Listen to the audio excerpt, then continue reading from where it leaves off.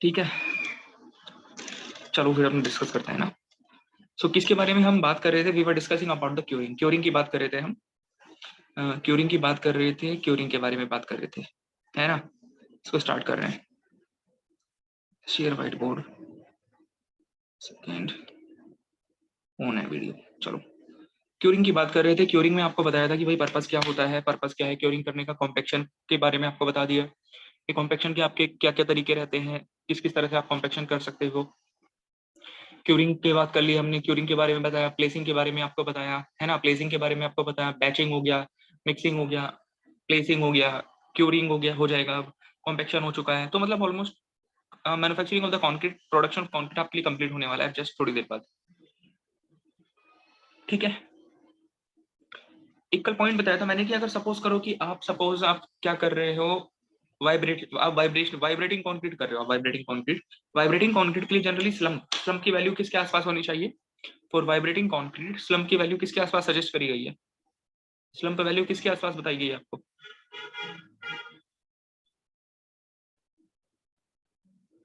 Vibrating concrete के लिए slum की वैल्यू 4 सेंटीमीटर के आसपास ना। Yes, correct. सो 4 सेंटीमीटर, एक अप्रोक्सीमेटली वैल्यू बता देता हूं मैं आपको, 4 टू 4.5 सेंटीमीटर के आसपास मान लो आप, 4 से 4.5 सेंटीमीटर के आसपास। अब देखो एग्जैक्टली वैल्यू तो होती नहीं है, थोड़ा बहुत वेरिएशन इन सब में होता है। तो सपोज करो कहीं पे आपको इस तरह के ऑप्शन दिखाई दें अगर, कि जिसमें से 4 4 4.5 सेंटीमीटर कोई भी ना हो। सपोज आपको ऐसा ऑप्शन दिखाई दे रहा है कि 4 सेंटीमीटर 4.5 सेंटीमीटर कोई भी ऑप्शन आपको दिखाई नहीं दे रहा वहां पे, सब ऑप्शन क्या है, अलग अलग है। तो उस केस में आप किस ऑप्शन पे आंसर करते हो? ऐसे केसेस में हमें किस पे आंसर करना पड़ता है? अगर कोई भी ऑप्शन हमारा एग्जैक्टली मैच नहीं कर रहा है, तो ऐसे केसेस में हमें किस ऑप्शन को करेक्ट करना पड़ता है, किस ऑप्शन को टिक करना पड़ता है? यस, जो एग्जैक्ट के सबसे ज्यादा पास में हो, जो एग्जैक्ट के सबसे पास में होता है, ऐसे ऑप्शंस को आप टिक कर देते हो। ठीक है, ऐसे को आप टिक कर देते हो। अगर आप हैंड मिक्सिंग कर रहे थे, हैंड मिक्सिंग के लिए कितना एक्स्ट्रा सीमेंट आपको सजेस्ट करा गया, कितना परसेंट एक्स्ट्रा सीमेंट आपको बताया गया कि डाल दो वहां पे? 10%। यस, हैंड मिक्सिंग के लिए आपको 10% सीमेंट ज्यादा एक्स्ट्रा उन्होंने for the two compensate the loss of the parameter, जो भी प्रॉपर्टीज हैं उसके लॉस को कंपनसेट करने के लिए आपको बोला कि 10% एक्स्ट्रा सीमेंट उसमें ऐड करा दो। क्लियर है? चलो, ये क्वेश्चन देखा आपने? क्वेश्चन अगर सॉल्व करे होंगे तो आपने क्वेश्चन दिखाई दिया आपको 10% वाला? ये 10% वाला आपको क्वेश्चन दिखा? 2-3 बार क्वेश्चन आ चुका है, ये क्वेश्चन 2-3 बार पूछा जा चुका है इन द प्रीवियस ईयर्स में क्वेश्चन 2-3 बार आ चुका है। ओके, चलो अब आगे स्टार्ट कर रहे हैं। तो नेक्स्ट हम डिस्कस कर रहे हैं अबाउट द क्यूरिंग। क्यूरिंग की बात करेंगे आज। कुछ आपके 2-3 आपके इंपॉर्टेंट न्यूमेरिकल टॉपिक भी आएंगे जिनसे रिसेंटली अभी न्यूमेरिकल्स पूछे गए हैं। जैसे कि आपका क्वेश्चन पूछा जाता है, न्यूमेरिकल पूछा जाता है आपका मैच्योरिटी से कई क्वेश्चन आ चुके हैं न्यूमेरिकल के आपके, मैच्योरिटी ऑफ कंक्रीट से आपने देखे होंगे। तो मैच्योरिटी से आपको कई क्वेश्चन दिखाई दिए होंगे, वहां पे मैच्योरिटी के बारे में डिस्कस करेंगे। हम बात करेंगे about the jelly space ratio. Jelly space ratio से भी क्वेश्चन आपका रिसेंटली पूछा गया है, जेली स्पेस रेशियो से भी आपका क्वेश्चन रिसेंटली जो है वो पूछा गया है। समझो बात को अब कैसे करना है सॉल्व। तो नेक्स्ट आपके पास में जो नेक्स्ट आप टॉपिक डिस्कस कर रहे हो, we are discussing about the methods of curing. Method of curing हम डिस्कस कर रहे हैं कि क्यूरिंग करने के भाई कौन कौन से तरीके आपके पास होते हैं। Methods of curing, method of curing की अगर आप बात करोगे तो अच्छा मुझे ये बताओ, शाम को जो सॉइल की क्लास होती है, जो लोग उसको अटेंड कर रहे हो, वो बाद में रिकॉर्डेड क्लास आपको शो हो जाती है क्या? आप मतलब जो आपको रिकॉर्डेड क्लास शो होती है बाद में, मतलब क्लास खत्म होने के बाद? सबको शो होती है रिकॉर्डेड क्लास क्लास खत्म होने के बाद? अच्छा, सबको शो होती है, ठीक है। तो मतलब सबको शो हो जाती है, चलो ठीक। वही मैं जस्ट पूछ रहा था कि शो होती है नहीं होती है। ठीक, चलो तो नेक्स्ट आपके पास में क्या है, method of curing. Method of curing में आपको फर्स्ट मेथड मैंने बताया था, वो पीडीएफ फाइल जो है आपके पास, उसको ओपन करके बैठना। फाइल को ओपन करके बैठिएगा, उसी में से सारे के सारे पॉइंट रीड करते चलेंगे। फाइल को ओपन करके बैठना, उसी में से पॉइंट रीड करते चलेंगे सब। सो क्या है आपके पास में method of curing? First method आपके पास में क्या है, वाटर क्यूरिंग। इसमें 3-4 तरीके आपको बताए। 3-4 तरीके आपको क्या बताया? आपको ये बताया कि भाई आप उस सरफेस को शेड कर दो, आप उस सरफेस को शेड कर दो, आप उस सरफेस को डायरेक्टली बहुत एक्सेसिव हॉट टेम्परेचर के, बहुत एक्सेसिव हॉट कंडीशन के कांटेक्ट में मत आने दो, मतलब डायरेक्टली सनलाइट के कांटेक्ट में मत आने दो, आप उसको शेड कर दो सरफेस को। अगर आप सरफेस को शेड करोगे पानी बाहर नहीं जा पाएगा, है ना, पानी बाहर नहीं जा पाएगा, इवेपोरेट नहीं हो पाएगा पानी। तो मतलब जो आपका क्यूरिंग करना चाहते थे आप, क्यूरिंग का जो पर्पस था आपका पानी के लॉस को बचाना, वो पर्पस आपका पूरा हो जाएगा। नेक्स्ट आपको बताया था कि आप क्या करो, स्प्रिंकल करो वाटर को उसके ऊपर स्प्रिंकल करो। ये आपने सबने कॉमनली देख रखा होगा मेथड, पानी को छिड़कते हैं उसके ऊपर, पानी को छिड़कते हैं वहां पे। दूसरा आपको बताया गया है क्या, दूसरा आपको ये बताया गया है कि भाई covering the surface with the wet gunny bags. बोरियां होती हैं, बोरी को भिगाओ पानी के अंदर, पानी में भिगा के उसको सरफेस के ऊपर डाल दो, सरफेस के ऊपर डाल दो, that will prevent the loss of the moisture. वो भी क्या करेगा, मॉइस्चर के लॉस को प्रिवेंट करेगा, वो भी क्या करेगा, पानी के लॉस को एक तरह से प्रिवेंट करेगा, सो क्यूरिंग में आपका काम हेल्प करेगा। नेक्स्ट आपके पास क्या है कि पॉन्डिंग ऑफ द सरफेस। सरफेसेस जो होते हैं उनके ऊपर पानी भर के छोड़ देते हैं, उनके ऊपर सरफेसेस के ऊपर पानी भर के छोड़ देते हैं, मोस्टली हॉरिजॉन्टल मेंबर्स पे आपको ऐसा देखने को मिलेगा, जैसे स्लैब्स हो गई, स्लैब्स वगैरह की क्यूरिंग इसी तरह से करी जाती है कि उनके ऊपर पानी भर के छोड़ देते हो आप, सिंपल। ठीक, चलो नेक्स्ट आपके पास में क्या है, दूसरा तरीका था मेम्ब्रेन क्यूरिंग। मेम्ब्रेन क्यूरिंग में आप क्या करते हो कि आप कुछ ऐसे केमिकल्स यूज करते हो, आप कुछ ऐसे केमिकल्स यूज करते हो जो कि पानी को बाहर इवेपोरेट नहीं होने देंगे। देखो कुछ ऐसे केमिकल होते हैं जो कि पानी को नहीं अंदर आने देते, जैसा कि आपने हाइड्रोफोबिक सीमेंट की मैन्युफैक्चरिंग में यूज किया था कि वो पानी को अंदर नहीं आने दे रहे हैं, लेकिन ये क्या करेंगे, ये केमिकल्स ये पानी को बाहर नहीं जाने देंगे, they will prevent the loss of the moisture, ये पानी के लॉस को बचाएंगे, तो मतलब आपका क्यूरिंग का पर्पस पूरा करवाएंगे। ठीक है, नेक्स्ट अब आपके पास में क्या है, अब आपके पास में नेक्स्ट आता है accelerated curing. So the next of the point is accelerated curing. Accelerated curing, इसमें क्या करोगे आप, एक्सेलरेटेड क्यूरिंग में हीट की एप्लीकेशन करोगे। अब हीट की एप्लीकेशन करने के कई सारे तरीके हैं। अब ये देखो जरा क्या है यहाँ पे, यहाँ पर क्या है, आप बात समझो कि भाई हमने क्या किया, यहाँ पे हमने क्या करा, हम नेक्स्ट बात कर रहे हैं एक्सेलरेटेड क्यूरिंग की। एक्सेलरेटेड क्यूरिंग में आपको क्या करना है, एक्सेलरेटेड क्यूरिंग में, एक्सेलरेटेड क्यूरिंग में इसमें आप क्या करोगे, आप हीट एप्लीकेशन करोगे सरफेस के ऊपर, हीट का एप्लीकेशन करोगे आप। अब मुझे ये बताओ दिक्कत कहां पर आ रही है, दिक्कत यहां पर आ रही है कि पानी से प्रॉपर हाइड्रेशन होने से पहले ही, पानी के साथ हाइड्रेशन कंप्लीट होने से पहले पानी इवेपोरेट कर गया, यही तो दिक्कत आ रही है। दिक्कत कहां पर आ रही है, नॉर्मल कंडीशन में आप क्यूरिंग क्यों कर रहे हो, क्यूरिंग करने का पर्पस है आपका कि पानी के साथ हाइड्रेशन होने से पहले ही, रिएक्शन होने से पहले पानी इवेपोरेट कर गया, जिसकी वजह से हाइड्रेशन पूरा नहीं हो पा रहा, यही दिक्कत आ रही है। लेकिन अगर सपोज करो मैं वहां पे किसी तरह से अगर हीट का एप्लीकेशन करवा दूं, या फिर मैं वहां पे किसी तरह से टेम्परेचर बढ़वा दूं, तो उससे क्या होगा, उससे क्या होगा कि जो हाइड्रेशन आपका 24 दिन में जाके होना है, 28 दिन में जाकर होना है, क्या आप उस हाइड्रेशन को बहुत जल्दी करा दोगे? अगर आपने हीट अप्लाई करी, आपने वहां पे टेम्परेचर बढ़ा दिया, तो जो हाइड्रेशन आपका धीरे धीरे होना था, वो हाइड्रेशन आपका जल्दी हो जाएगा क्या? बताओ, होगा ही नहीं होगा। आपको इतना तो पता है ना कि हीट अप्लाई करने से, टेम्परेचर बढ़ाने से, हीट अप्लाई करने का मतलब है टेम्परेचर बढ़ाना। टेम्परेचर अगर आपने बढ़ा दिया, टेम्परेचर बढ़ाने से रेट ऑफ हाइड्रेशन ज्यादा हो जाता है, रेट ऑफ हाइड्रेशन ज्यादा हो जाता है, मतलब हाइड्रेशन जल्दी जल्दी हो जाएगा आपका। तो दिक्कत हमारे पास में ये आ रही थी कि भाई हाइड्रेशन होने से पहले पानी इवेपोरेट कर रहा था, लेकिन आपने क्या करा, आपने ये करा, आपने वहां पे किसी तरह से हीट को अप्लाई करवा दिया, टेम्परेचर बढ़ा दिया आपने उस लोकेशन का, आपने उस लोकेशन का अगर टेम्परेचर बढ़ाया, टेम्परेचर बढ़ाने से क्या फायदा हुआ, टेम्परेचर बढ़ाने से फायदा ये हुआ कि आपने जो हाइड्रेशन धीरे धीरे होना था, जो कि होने से, जो कि पूरा होने से पहले पानी भाग जा रहा, इवेपोरेट कर जा रहा था बाहर, तो आपने क्या करा, उस हाइड्रेशन को आपने जल्दी करवा दिया, उस हाइड्रेशन को आपने जल्दी करा दिया। पानी लॉस होने से पहले क्या कर लिया, यूज कर लिया सीमेंट ने, पानी लॉस होने से पहले, खर्च होने से पहले सीमेंट ने क्या कर लिया, उसको यूज कर लिया। जस्ट ये करना है आपको इसके अंदर। सो आया समझ में क्या है, मतलब तरीका क्या है, एक तरह से पानी के लॉस को बचाना था ना आपने, आपने पानी को जल्दी खर्च करवा दिया, पानी धीरे धीरे खर्च होना था पहले, लेकिन आपने हीट अप्लाई करवाकर आपने पानी को जल्दी खर्च करा दिया। सो आपको क्या समझ में आया, रेट ऑफ हाइड्रेशन बढ़ेगा, rate of gain of strength भी क्या करेगा इस मेथड में, rate of gain of strength पे भी क्या फर्क पड़ेगा, बोलो, rate of gain of strength पे भी क्या फर्क पड़ेगा। सो ये तरीका है, जस्ट एक, ये भी एक मेथड होता है, इंक्रीज हो जाएगी, बढ़ जाएगा, है ना, rate of gain of strength भी क्या करेगा आपके लिए, बढ़ेगा। पॉइंट रीड करके देख लो। अब इसको करने के दो तरीके होते हैं, आपको क्या करना था, टेम्परेचर बढ़ाना था, हीट अप्लाई करनी थी, इसके तरीके दो हैं आपके पास में। एक तो होता है स्टीम क्यूरिंग, स्टीम आप समझते हो, भाप, आपने वहां पे स्टीम अप्लाई करवाया। दूसरा होता है इंफ्रारेड रेडिएशन, आप वहां पे अप्लाई करवाते हो। अगर आप इंफ्रारेड रेडिएशन अप्लाई करवाओगे, स्टीम क्यूरिंग करोगे वहां पे, स्टीम क्यूरिंग मतलब देखो हीट बढ़ाना है आपको, वहां पे किसी तरह से हीट की एप्लीकेशन करनी है, हीट की एप्लीकेशन करके आपको वहां पे टेम्परेचर बढ़ाना है, कैसे भी बढ़ाओ आप, आपकी मर्जी है। दो तरीके बताए गए हैं, एक है क्या, स्टीम क्यूरिंग होता है, स्टीम क्यूरिंग का मतलब क्या है, आपने वहां पे स्टीम को अप्लाई करा, भाप को अप्लाई करवा दिया। दूसरा है आपने वहां पे इंफ्रारेड रेडिएशंस प्रोवाइड कर पाए, तो तब भी क्या हो रहा है, टेम्परेचर बढ़ेगा हमारा। नेक्स्ट पॉइंट पढ़ो इसमें, an increased rate of strength development can be achieved, ये पॉइंट लिखा है नीचे, an increased rate of strength development can be achieved. आया समझ में कैसे होगा ये चीज, कैसे आप increased rate of strength development मिलेगा आपको वहां पे,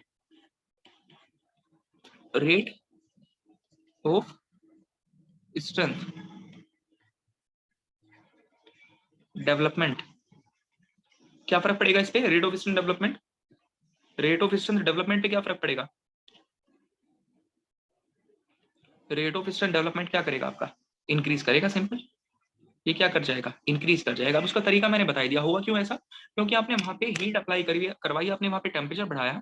टेम्परेचर बढ़ाने के दो तरीके हैं, तो आप स्टीम अप्लाई करो या फिर आप इंफ्रारेड रेडिएशन प्रोवाइड करवाओ वहां पे, जिससे कि टेम्परेचर बढ़ेगा, रेट ऑफ हाइड्रेशन बढ़ेगा, जल्दी रिएक्शन होगा, इंस्टेंट डेवलपमेंट का रेट भी बढ़ जाएगा। तो आपने पानी को बाहर जाने से पहले ही, इवेपोरेट होने से पहले ही खर्च करवा दिया, इवेपोरेट होने से पहले हमने उसको खर्च करा दिया, ये फायदा मिल रहा है हमें।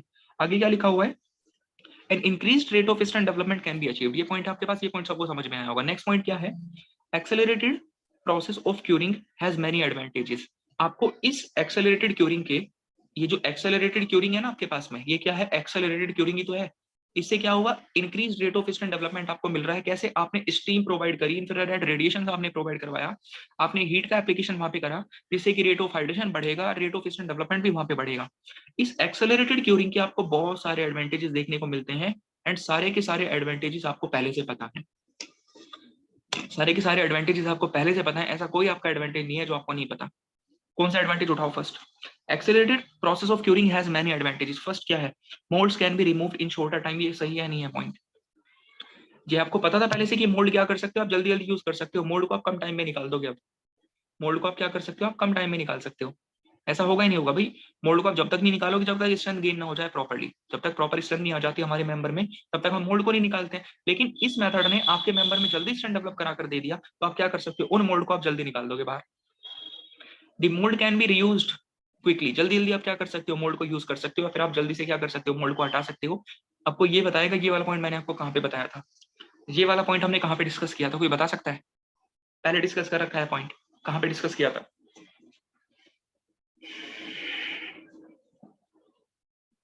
कहाँ पे डिस्कस किया था ये पॉइंट, बोलो दीपक।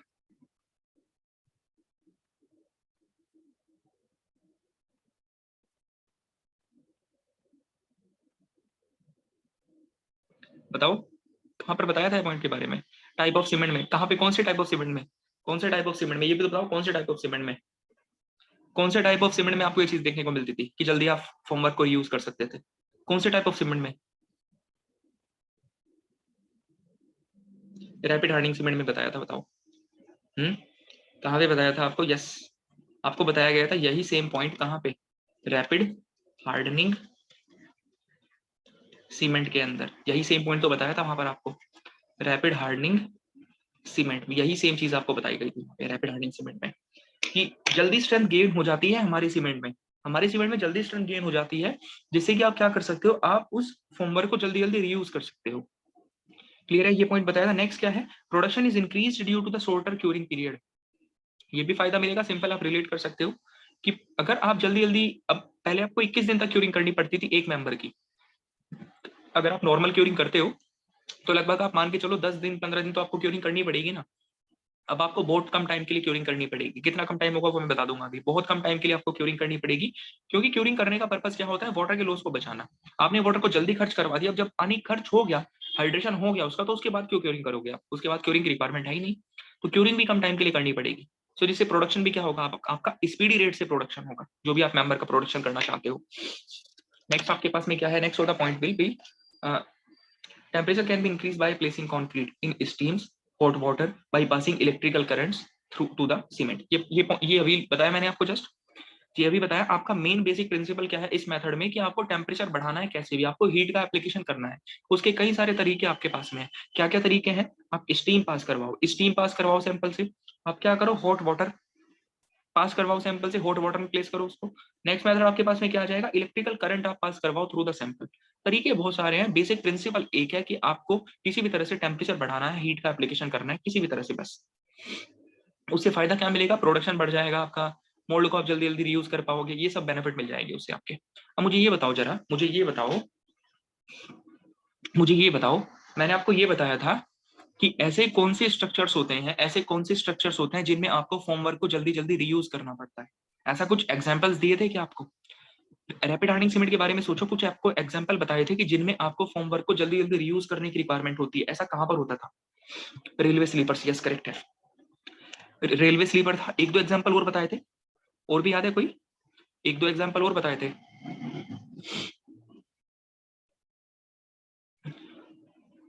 इलेक्ट्रिकल पोल्स, इलेक्ट्रिकल पोल भी था ना, रेलवे स्लीपर भी था, इलेक्ट्रिकल पोल्स भी था आपके पास में।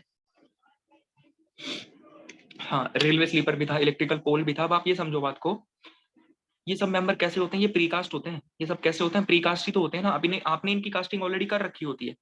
प्री फैब्रिकेटेड स्ट्रक्चर्स, ये कैसे होते हैं? प्री फैब्रिकेटेड स्ट्रक्चर्स होते हैं सब।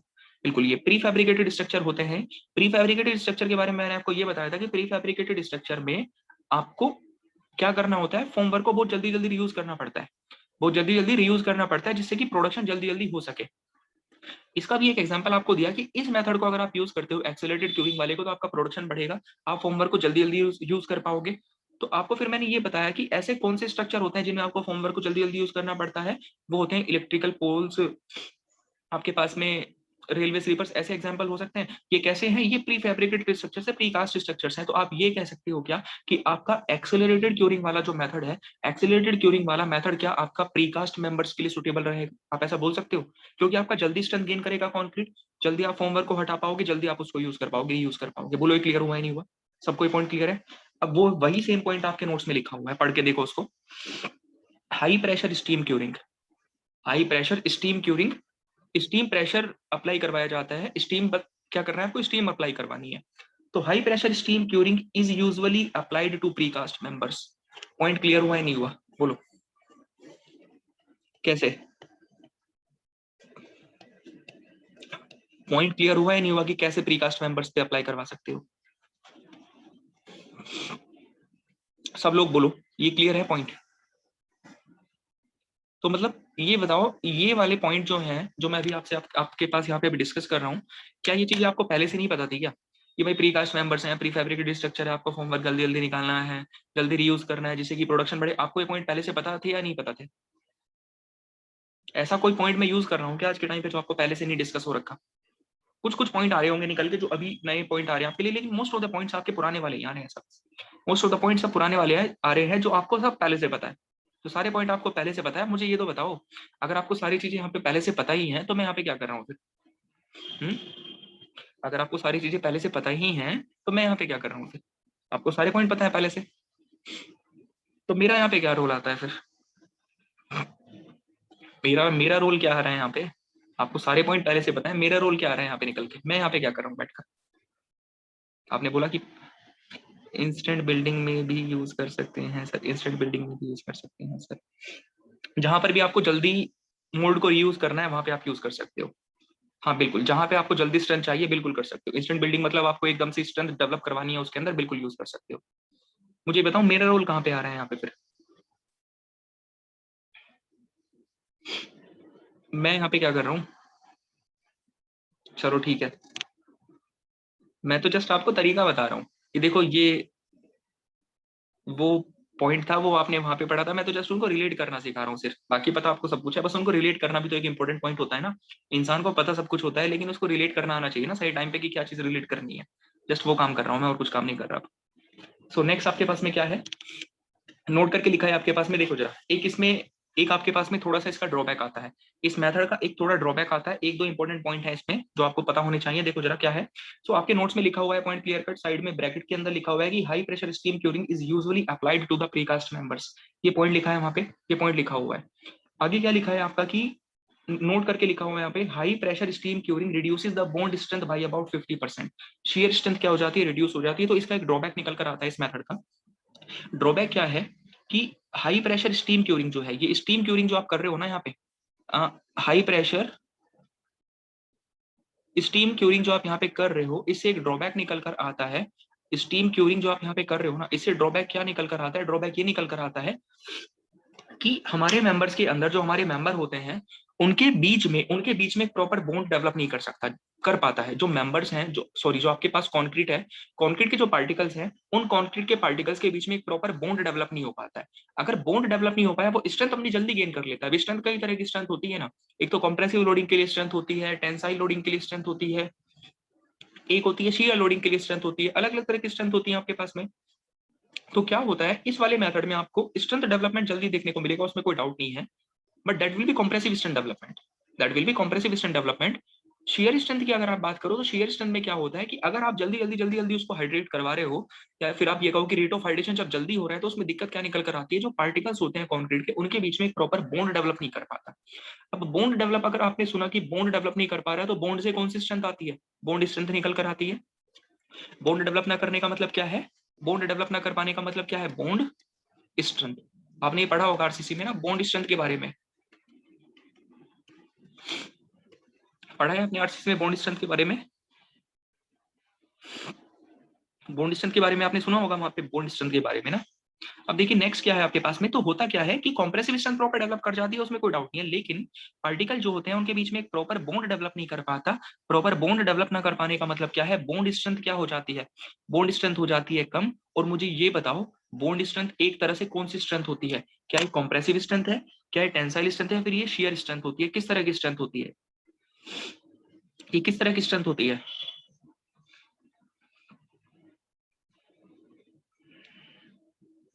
किस तरह की स्ट्रेंथ है एक तरह से, ये शेयर ही तो होता है, ये शेयर ही तो होता है ना, that is share only, shear strength है एक तरह से। यस, ये क्या है एक तरह से, ये एक तरह से शेयर है।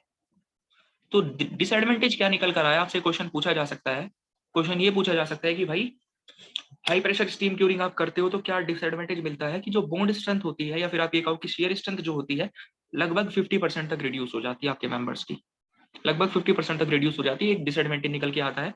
पॉइंट लिखा हुआ है, समझो उसको जरा, कि high pressure steam curing reduces the bond strength by about 50%, shear strength is reduced. So क्या है कि जल्दी स्ट्रेंथ डेवलप होगा, लेकिन रैपिड हाइड्रेशन होने की वजह से इतना प्रॉपर बॉन्ड डेवलप नहीं कर पाता है पार्टिकल्स के बीच में, जिससे कि बॉन्ड स्ट्रेंथ कम हो जाती है। और बॉन्ड स्ट्रेंथ होती क्या है, एक तरह से शेयर स्ट्रेंथ होती है, शेयर स्ट्रेंथ पार्टिकल्स के बीच में या फिर कॉन्क्रीट की क्या हो जाती है, रिड्यूस हो जाती है, ये डिसएडवांटेज निकल के आता है।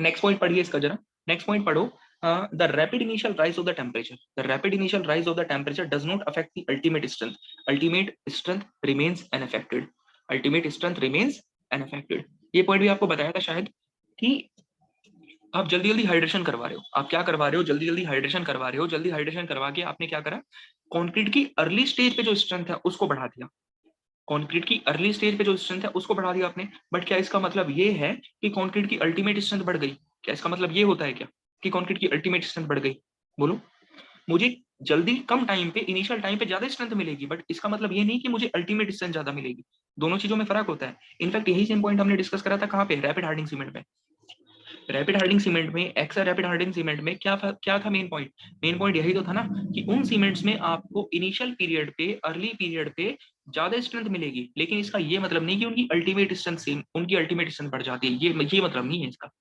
रैपिड हार्डनिंग में, एक्सा रैपिड हार्डनिंग में यही पॉइंट तो बताया था आपको, कि इनिशियल स्टेज पे आपको ज्यादा स्ट्रेंथ मिलेगी, लेकिन अल्टीमेट स्ट्रेंथ सेम ही रहेगी लगभग, सेम यहाँ पर भी आ रहा है, इनिशियल स्टेजेस पे आपको ज्यादा स्ट्रेंथ मिलती है, but it does not mean कि आपको अल्टीमेट स्ट्रेंथ ज्यादा मिल जाएगी।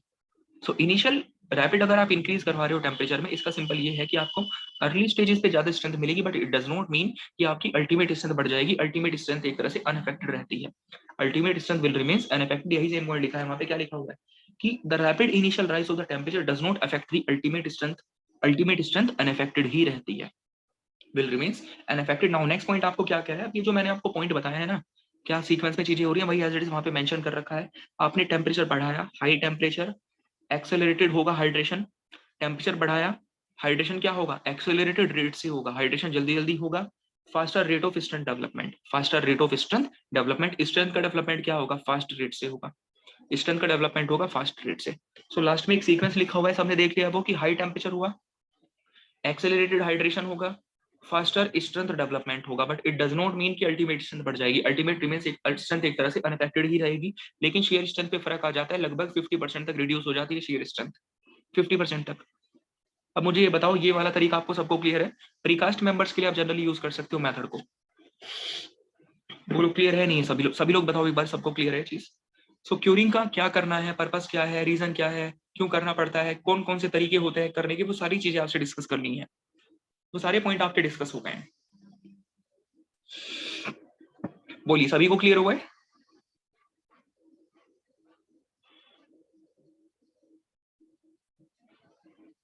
चलो, सो सबको यहां तक का क्लियर है, ओके।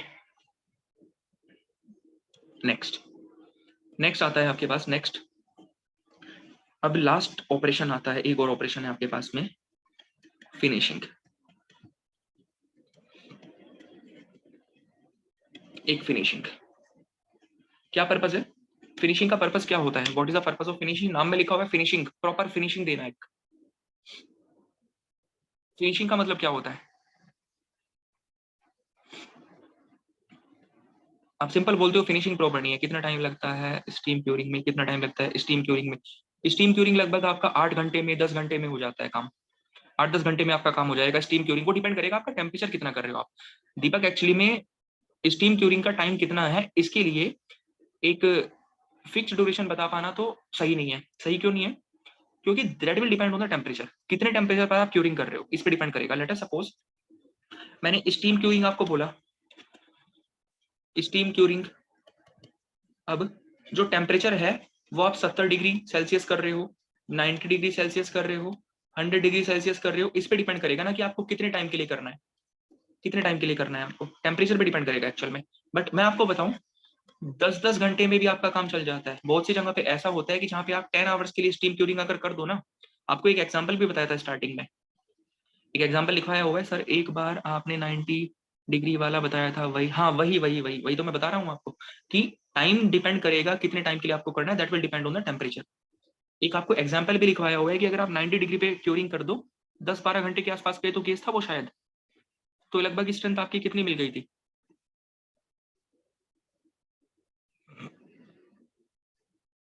तो टाइम बहुत ज्यादा रिड्यूस हो जाता है, मतलब 10 घंटे तक भी हो जाएगा आपका, 12 घंटे तक, 18 घंटे तक। एग्जैक्टली वैल्यू बताना पाना डिफिकल्ट है, that will depend on the temperature कि आप किस टेम्परेचर पे स्टीम क्यूरिंग कर रहे हो। चलो फिनिशिंग पे आते हैं। फिनिशिंग में क्या मतलब होता है फिनिशिंग का? फिनिशिंग का मीनिंग क्या है? What is the meaning of finishing? Aesthetic से रिलेटेड, हाँ बिल्कुल। फिनिशिंग का मतलब क्या होता है? अपने स्ट्रक्चर को एक प्रॉपर स्मूथ अपीयरेंस प्रोवाइड करवाना। स्ट्रक्चर को एक प्रॉपर स्मूथ अपीयरेंस प्रोवाइड करवाना टू लेवल द सरफेस। हाँ ऐसे बोल सकते हो आप कि सरफेस को लेवल करना, या फिर आप ये बोल सकते हो स्मूथ प्रॉपर अपीयरेंस प्रोवाइड करवाना, उसको सुंदर दिखाना एक तरह से काम है। अगर मान लो मैंने कोई वॉल बनाई, मैंने क्या करा, आपके यहाँ पे कोई घर पे आपने देखा होगा कि आपने अपने घर पे कोई वॉल बनाया, वॉल में क्या है आपकी ब्रिक्स यूज हो रखी हैं, इस तरह से ब्रिक्स आपकी यूज हो रखी हैं, ब्रिक्स आपकी यूज हो रखी है। लेट अस सपोज इसके ऊपर मैंने प्लास्टर करा, हमने क्या करा इसके ऊपर प्लास्टर किया। जब आपने इसके ऊपर प्लास्टर करा तो लेट अस सपोज प्लास्टर यहाँ पर मैं साइड में दिखा रहा हूँ, एक तो प्लास्टर आप बिल्कुल यूनिफॉर्मली इस तरह से करो। दूसरे केस में क्या हो रहा है, प्लास्टर कहीं से ऐसा है, कहीं पे ऐसा जा रहा है, कहीं पे ऐसा जा रहा है, कहीं पे ऐसा जा रहा है। कौन से केस में ज्यादा सुंदर दिखाई देगा? सुंदर कौन से केस में दिखाई देगा? पहले केस में जब बिल्कुल स्मूथ फिनिश था, एकदम लेवल सरफेस था, या जब ऊपर नीचे इस तरह से काम हो रहा है? कौन से केस में? फर्स्ट वाले में ना। फर्स्ट वाले में ज्यादा सुंदर दिखाई देगा। इनफैक्ट ये भी है कि इसके ऊपर जब आप एस्थेटिकली अपीयरेंस बढ़ाने के लिए पेंट का एप्लीकेशन करोगे ना, तब आपको क्या करना है, प्लास्टर आपने डाल दिया, अब जब आप इसके ऊपर पेंट का एप्लीकेशन करोगे, सो पेंट का एप्लीकेशन इजी वे में करने के लिए, पेंट को जिससे कि आसानी से पेंट को अप्लाई करवाया जा सके, इस चीज के लिए भी आपको क्या करना पड़ेगा, एक प्रॉपर फिनिशिंग देनी पड़ेगी। क्योंकि पेंट इस तरह के सरफेस पे प्रोवाइड करवा पाना, इस तरह के सरफेस पे पेंट को प्रोवाइड करवाना, दैट इज डिफिकल्ट। इस तरह के सरफेस पे पेंट को प्रोवाइड करवा पाना जिसमें इस तरह के इरेगुलर हम्प्स हैं, उस केस में पेंट को प्रोवाइड करा पाना भी डिफिकल्ट रहेगा, एस्थेटिकली भी अच्छा नहीं दिखाई देगा। सो हम क्या करते हैं, फिनिशिंग का पर्पस क्या है, एक स्मूथ सरफेस बनाना, जिससे कि आपका स्ट्रक्चर जो है वो एस्थेटिकली गुड दिखाई दे, जिससे कि इसके ऊपर जब आप पेंट अप्लाई करोगे, पेंट अप्लाई करने के लिए एक प्रॉपर स्मूथ सरफेस आपको मिल जाए। तो इस काम के लिए आपको क्या करना पड़ता है, फिनिशिंग करनी पड़ती है। इसके लिए आपको क्या करना पड़ेगा, आपको फिनिशिंग करनी पड़ेगी। आई थिंक फिनिशिंग का ऑब्जेक्टिव आपको समझ में आया। लिखा हुआ है पॉइंट, क्या लिखा है कि प्रोसेस ऑफ स्मूथनिंग लिखा है वो, प्रोसेस ऑफ स्मूथनिंग, या फिर levelling the top surface of the concrete to achieve desirable appearance, to achieve the desirable appearance, to achieve the desirable appearance. ये क्लियर हुआ, समझ में आया सबको पर्पस क्या होता है फिनिशिंग का?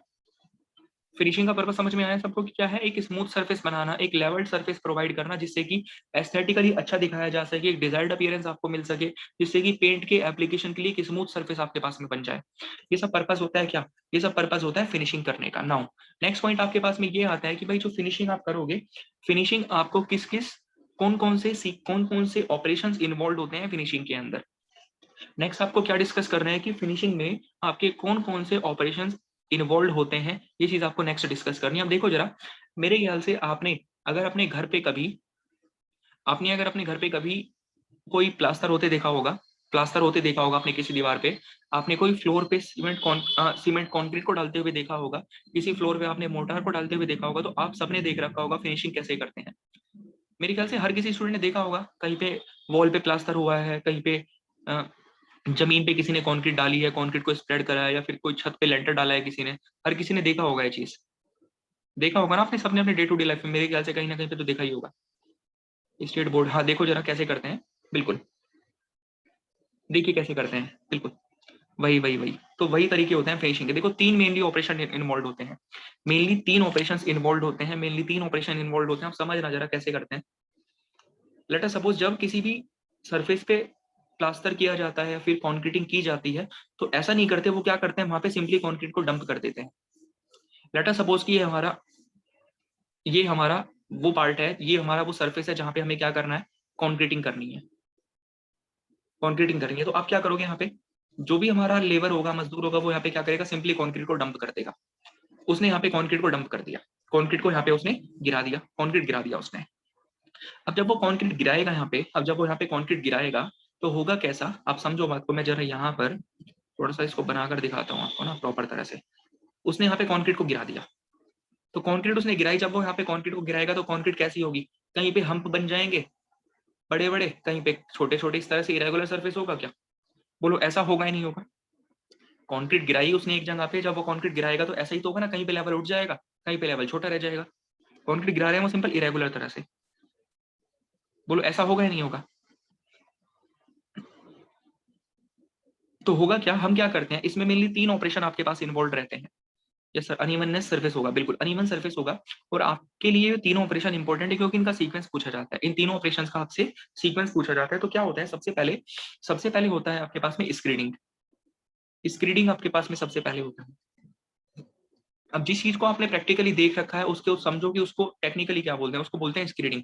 स्क्रीडिंग में क्या करोगे आप, स्क्रीडिंग में क्या करते देखा होगा आपने उनको, उनके पास में एक बहुत बड़ा सा, इस तरह का, एक सेकेंड, उनके पास में एक बहुत बड़ा सा, बहुत लंबा से लेंथ का, रेक्टेंगुलर शेप का ऐसा कुछ होगा।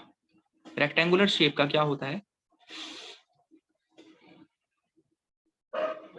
अरे शिट,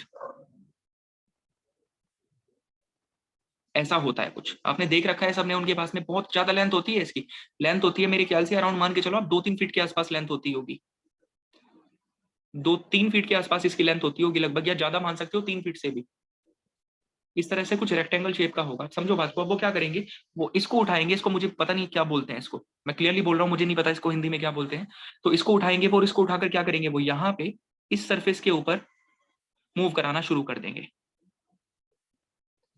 वो क्या करेंगे, इस सरफेस के ऊपर इसको मूव कराना शुरू कर देंगे, ऐसा करते हैं। अब उससे क्या होगा कि ये जो एक्सेस कंक्रीट है ना आपकी, ये जो ऊपर आपकी एक्सेसिव कंक्रीट है, इस एक्सेसिव कंक्रीट को वो क्या करने की कोशिश कर रहे हैं, इसकी हेल्प से एक तरह से वो इस एक्सेसिव कंक्रीट को रिमूव करने की कोशिश कर रहे हैं। इस तरह से वो क्या कर रहे हैं हाँ इसको फंटी, बिल्कुल सही बोल रहे हैं आप। तो वो क्या कर रहे हैं, इसको रिमूव करवाने की कोशिश कर रहे हैं। जो एक्सेसिव कंक्रीट है, इसको क्या बोलते हैं, स्क्रीडिंग बोलते हैं। इसी को क्या बोलते हैं, स्क्रीडिंग बोलते हैं। That is called as screeding. तो आया स्क्रीडिंग का पर्पज आपको समझ में, आई थिंक ये आपने सबने देख रखा होगा। जैसे मेरे हाथ में पेन दिखाई दे रहा है ना आपको, इसी तरह का है, जैसे पेन है, स्क्रीडिंग, यस स्क्रीडिंग तो लिखा है वहां पे, स्क्रीन, अच्छा क्या लिखा है, स्क्री, हाँ स्क्रीडिंग है वो एक्चुअल में ना, स्क्रीडिंग है वो एक्चुअल में, हो सकता है वहां पे थोड़ा स्पेलिंग गलत हो गई हो सकता है कि थोड़ी स्पेलिंग गलत हो गई हो वहां पे ना, स्क्रीडिंग होता है एक्चुअल में। तो क्या करेंगे एक्चुअल में, इसको पेन शेप का मान लो, रेक्टेंगुलर मान लो, इसको मैंने क्या कराया, इस सरफेस के ऊपर मैं क्या करा रहा हूँ, इसको आराम से कंक्रीट के ऊपर मैं इसको घुमा रहा हूँ। तो उससे क्या होगा, एक्सेसिव कंक्रीट जो था आपका, जो हम्प बने थे वो सब क्या हो जाएंगे, रिमूव कर जाएंगे, humps will get removed. So यही लिखा हुआ है यहाँ पे, excess concrete is striked off. जो एक्सेसिव कंक्रीट होती है उसको क्या करते हो, हटाते हो सरफेस के ऊपर से, to bring the top surface up to proper grade, जिससे कि टॉप सरफेस जो है आपका उसको एक प्रॉपर लेवल पे लेके आया, जैसा कि ये फर्स्ट ऑपरेशन है आपके पास में। क्लियर हुआ। सो फर्स्ट आया समझ में कि to remove the excessive concrete, concrete की एक्सेसिव कंक्रीट जो है उसको रिमूव करना। सेकंड आपके पास में आता है, सेकंड आता है आपके पास में फ्लोटिंग। सेकंड ऑपरेशन आता है आपके पास में फ्लोटिंग। अब फ्लोटिंग के बारे में मैं आपको बताऊं कैसा होता है, देखो जरा, आई थिंक ये भी आपने देख रखा होगा, वुड का होता है, फ्लोटिंग करा जाता है with the help of a device. Which is called as a floats. Floats बोलते हैं इनको। होते कैसे हैं आपने देख रखे होंगे, ऐसे लकड़ी का बना होगा, इस तरह से लकड़ी का है, लकड़ी का है यहाँ पे, और इसके ऊपर पकड़ने के लिए ऐसे बीच में क्या है, हैंडल सा है। यहाँ पे ऐसे पकड़ने के लिए बीच में क्या है, हैंडल है। अब क्या करोगे, आई थिंक जैसे ही आपको इमेज दिखाई दी तो आप समझ गए होंगे कि करना क्या है। फ्लोट है, इसको बीच में से पकड़ोगे और बीच में से वुड का बना होगा मेनली। फ्लोट को क्या करोगे, उस सरफेस के ऊपर जिस पे की स्क्रीडिंग हो चुकी है, फ्लोट ही बोलते हैं इसमें इसे, हाँ बिल्कुल, मिस्त्री फ्लोट बोलते होंगे बिल्कुल, तो इसको फ्लोट बोलते हैं। वुडन फ्लोट्स होते हैं जनरली। आप क्या करोगे, इसको बीच में से यहाँ से इसको पकड़ोगे हैंडल पे से, और इसको यहाँ से पकड़ने के बाद क्या करोगे, वो जो सरफेस था आपका जिस पे आपने लास्ट ऑपरेशन परफॉर्म कर लिया था, उसके ऊपर क्या करोगे, आप इसको मूव कराओगे, उसके ऊपर क्या करोगे, आप इसको मूव करवाओगे। आया नहीं समझ, आया समझ में या नहीं आया, ये सेकंड ऑपरेशन होता है, ये सेकंड ऑपरेशन होता है आपके पास में। बोलो क्लियर है नहीं है, इसको फ्लोटिंग बोलते हैं। With the help of the wooden floats करा जाता है। With the help of wooden float क्या करते हो आप, इसको करते हो, पढ़ के देखो इसको एक बार, फ्लोटिंग। हाँ बिल्कुल, देखो लिखा भी है वहां पे, यही पर्पस लिखा हुआ है इसका, कि the process of removing the irregularities of the surface on the surface of the concrete which are left after the screeding. बिल्कुल बोल सकते हो, आपकी वॉइड्स फिल करने में काम करेगा, या फिर आप ये मान लो कि जिस पे स्क्रीडिंग हो चुकी है उस सरफेस को और ज्यादा स्मूथ बनाने में हमें हमारी हेल्प करेगा, उस सरफेस को और ज्यादा स्मूथनेस प्रोवाइड करवाने में आपकी क्या करेगा, हेल्प करेगा। यस, प्लेन सरफेस बनाने में क्या करेगा, आपकी ये हेल्प करेगा। जिसके ऊपर आपने स्क्रीडिंग करी थी अभी, पहले आपने एक्सेसिव कंक्रीट को हटाया, एक्सेस कंक्रीट को हटाने के बाद आपने क्या करा, इसके ऊपर इस वुडन फ्लोट की हेल्प से आपने क्या करा, यहाँ पे आपने यहाँ पे ये वुडन फ्लोट की हेल्प से आपने क्या करा, इसके ऊपर इस वुडन फ्लोट को घुमाया, तो जो आपका जो सरफेस था वो और ज्यादा क्या हो जाएगा, स्मूथ हो जाएगा, और ज्यादा स्मूथ हो जाएगा। क्लियर है। So the process of removing the irregularities, उस सरफेस के ऊपर जो भी छोटी छोटी इरेगुलरिटी प्रेजेंट थी ना, छोटी छोटी इरेगुलरिटी तो रह गई होंगी ना, स्क्रीडिंग होने के बाद ऐसा तो नहीं होगा कि आपका सरफेस बिल्कुल स्मूथ बन गया हो, छोटे छोटे इरेगुलरिटीज उस सरफेस के ऊपर रह गए होंगे। और इरेगुलरिटी का मतलब क्या होता है वो मैंने आपको हाईवे इंजीनियरिंग में बताया था, कब, जब आपको मैंने फ्रिक्शन के बारे में पढ़ाया था। इरेगुलरिटी का मतलब होता है ये अप्स एंड डाउन, ये मतलब होता है अप एंड डाउन, ये मतलब होता है इरेगुलरिटी का। तो उस सरफेस के ऊपर जिसके आपके ऊपर आपने स्क्रीडिंग करी है, उसके ऊपर कुछ ना कुछ इरेगुलरिटी तो रह ही गई होंगी ना, तो वो जो इरेगुलरिटी थी उन इरेगुलरिटी को रिमूव करने में क्या करेगा, आपकी हेल्प करेगा, उनको रिमूव करने में हेल्प करेगा। बट मुझे ये बताओ, ये जो फ्लोटिंग करी है आपने, फ्लोटिंग से आपने इरेगुलरिटी को हटा दिया, इन अप्स एंड डाउन्स को आपने रिमूव करवाया वहां से, जिससे कि आपको सरफेस जो है उसको आपने प्लेन कर दिया। बट क्या अभी भी आपका सरफेस 100% स्मूथ हो चुका होगा क्या, क्या प्रॉपर्ली स्मूथ कर लोगे सरफेस को आप अपने, क्या प्रॉपर्ली स्मूथ हो जाएगा सरफेस, नहीं होगा, नहीं होगा ना, नहीं होगा, स्मूथ नहीं होगा। तो उसके बाद क्या करना पड़ता है आपको, थर्ड ऑपरेशन करना पड़ता है, and that third operation will be what, troweling. Troweling, TROWLING,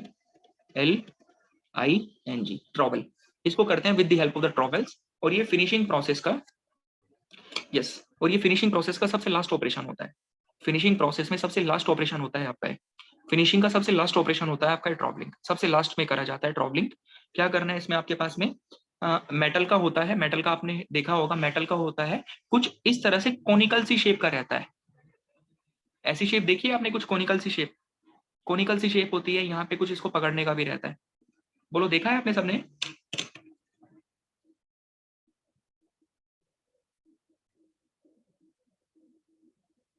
ये देखा हुआ है आपने सबने, ट्रॉवल, बस इसी की हेल्प से करना है। अब क्या करोगे, इसको इस सरफेस के ऊपर मूव कराओ जस्ट, सो ये लास्ट ऑपरेशन होता है।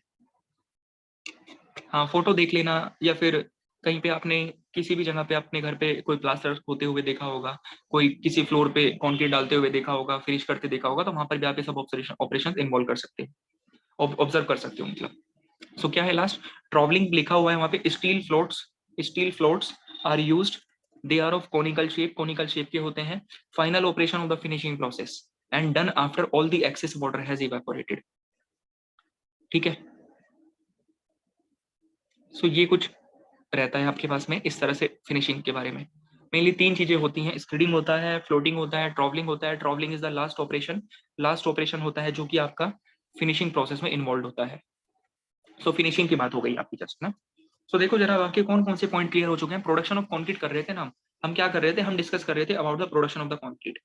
प्रोडक्शन ऑफ कंक्रीट में आपने डिस्कस करा किसके बारे में, मिक्सिंग के बारे में, मिक्सिंग हो गया, मिक्सिंग के पहले आपने डिस्कस कर लिया था बैचिंग के बारे में, बैचिंग मिक्सिंग, इसके बाद में आपका बैचिंग हो गई, मिक्सिंग कर ली, अभी एक छूटा हुआ है बीच में ना, क्या छूटा हुआ है? ट्रांसपोर्टेशन छूटा हुआ है। ट्रांसपोर्टेशन नहीं करा ना अभी आपने, ये नहीं करा अभी आपने ना, ट्रांसपोर्ट छोटा है। बाकी प्लेस कर दिया उसको, प्लेस कर दिया, फिनिशिंग भी हो गई, कॉम्पेक्शन भी हो गया, क्यूरिंग भी हो गया। एक जस्ट आपका लास्ट ऑपरेशन बचा हुआ है क्या? ट्रांसपोर्टेशन। जस्ट एक अकेला ट्रांसपोर्टेशन ही तो बचा हुआ है ना। सो सारे के सारे ऑपरेशन जितने भी अभी तक डिस्कस हुए क्लियर हैं आपको? सब सब ऑपरेशन जितने भी डिस्कस करें अभी तक हमने, हर एक ऑपरेशन को किस तरह से करना है, क्या क्या चीजें जो भी टेक्निकल हो सकती हैं चीजें, वो सारी मोस्टली आपकी कवर करने की कोशिश करी है।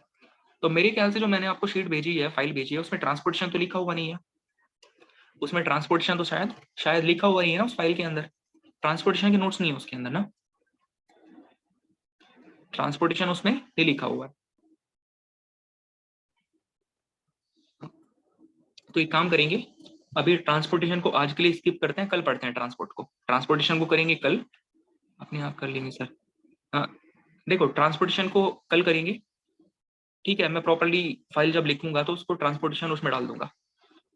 मैं बोल रहा हूँ कि ट्रांसपोर्टेशन के जो नोट्स हैं, जो मैं आपको कल फाइल सेंड करूंगा, इसमें आगे कॉन्क्रीट के नोट्स होंगे, उसमें डाल दूंगा मैं ट्रांसपोर्टेशन को। ठीक है, आज के लिए हम क्या कर रहे हैं, अपना जो नया जो आपके पास अभी फाइल अवेलेबल है, उस फाइल में जो चीजें दे रखी हैं उनको समझ लेते हैं पहले। क्लियर है? देखो पढ़ना तो सारा ही है, मैंने आपको स्टार्टिंग में बताया था कि सीक्वेंस में अपने अकॉर्डिंगली चेंज कर दूंगा, कुछ पहले पढ़ा दूंगा, कभी कुछ बाद में पढ़ा दूंगा, वो मेरे पे डिपेंड करता है। बाकी पढ़ा सारा दूंगा आपको।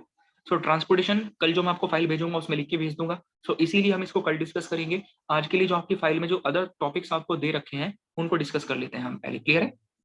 चलो, सो नेक्स्ट टॉपिक आपके पास में एक इंपॉर्टेंट टॉपिक आता है, इंपॉर्टेंट टॉपिक है, क्वेश्चन काफी आए हुए हैं, इससे भी काफी क्वेश्चन आपको देखने को मिले हैं इस वाले टॉपिक से भी।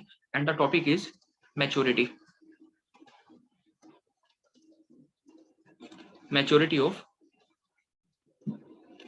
कंक्रीट, ये नेक्स्ट टॉपिक है, maturity of concrete, maturity of the concrete. अब मुझे ये बताओ, कंक्रीट की स्ट्रेंथ जितनी आप, कंक्रीट की आपको कितनी स्ट्रेंथ मिल रही है, कंक्रीट की आपको कितनी स्ट्रेंथ मिल रही है?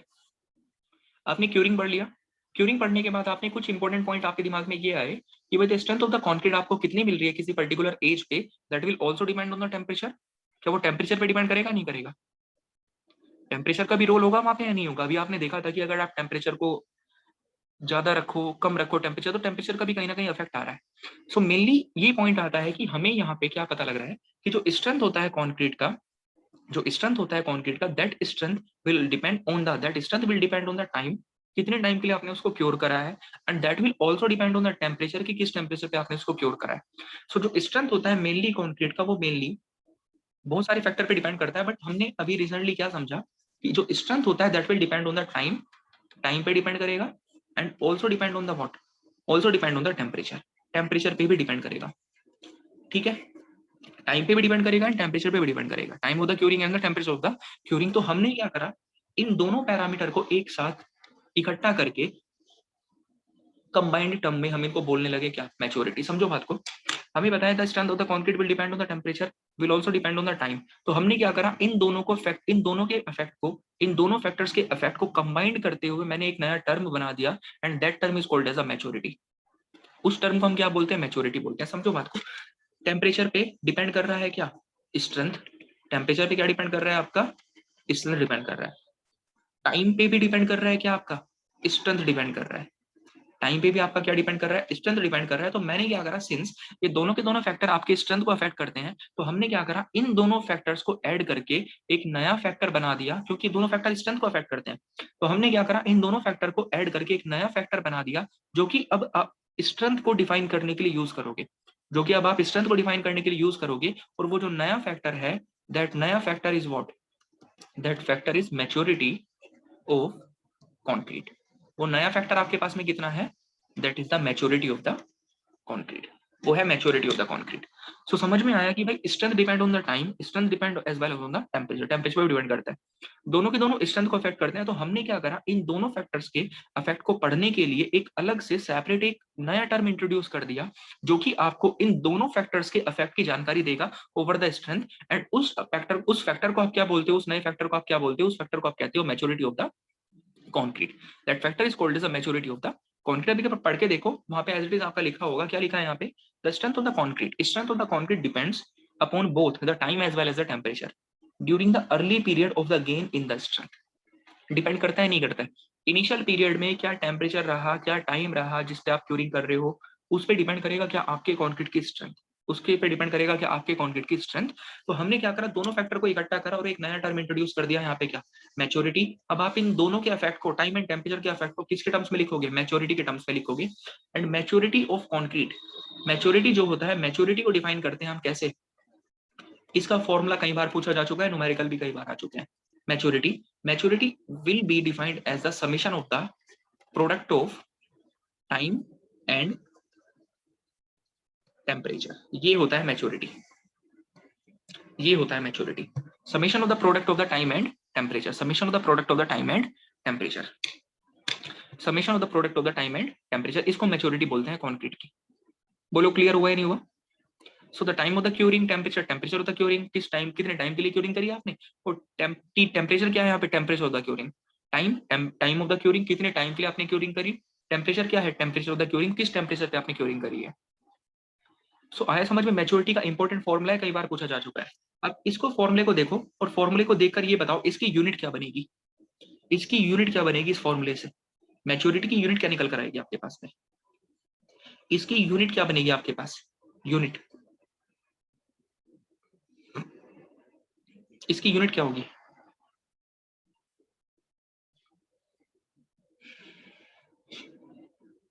इसकी यूनिट क्या होगी, डिग्री सेल्सियस पर आवर या फिर डे। यस, आप क्या लिख सकते हो, आप या तो डिग्री सेल्सियस पर आवर लिख दो, कोई फर्क नहीं पड़ेगा, या फिर आप क्या लिख सकते हो, डिग्री सेल्सियस डे लिख सकते हो। और ये पूछा गया क्वेश्चन है, क्वेश्चन ये जो मैं बता रहा हूं आपको, देखो कहाँ कहाँ से क्वेश्चन आ चुके हैं। कई बार ये मैच्योरिटी का फॉर्मूला पूछा गया है डायरेक्टली, कई बार मैच्योरिटी की यूनिट पूछी गई है डायरेक्टली आपसे प्रीवियस ईयर्स में, कई बार पूछी गई है। तो आप पढ़ के देखो नोट्स को अब एक बार अपने, आपको समझ में आ जाएगा पढ़ते ही। फर्स्ट स्टेटमेंट क्या बोल रहा है, the strength of the concrete depends, yes sir आए हैं क्वेश्चन, हाँ कई क्वेश्चन आए हुए, पढ़ के देखो जरा क्या लिखा है, strength of the concrete depends upon both the time as well as the temperature during the early period of the gain in the strength. यानी कि किस टाइम के लिए आपने क्यूरिंग करी, कितने टेम्परेचर पे आपने क्यूरिंग करी, इस चीज पे भी डिपेंड करता है क्या आपके कॉन्क्रीट की स्ट्रेंथ। सो आपने दोनों को कंबाइन करके एक टर्म डिफाइन कर दिया maturity. Now maturity of concrete is defined as the, maturity of concrete is defined as the summation of the product of the time and temperature.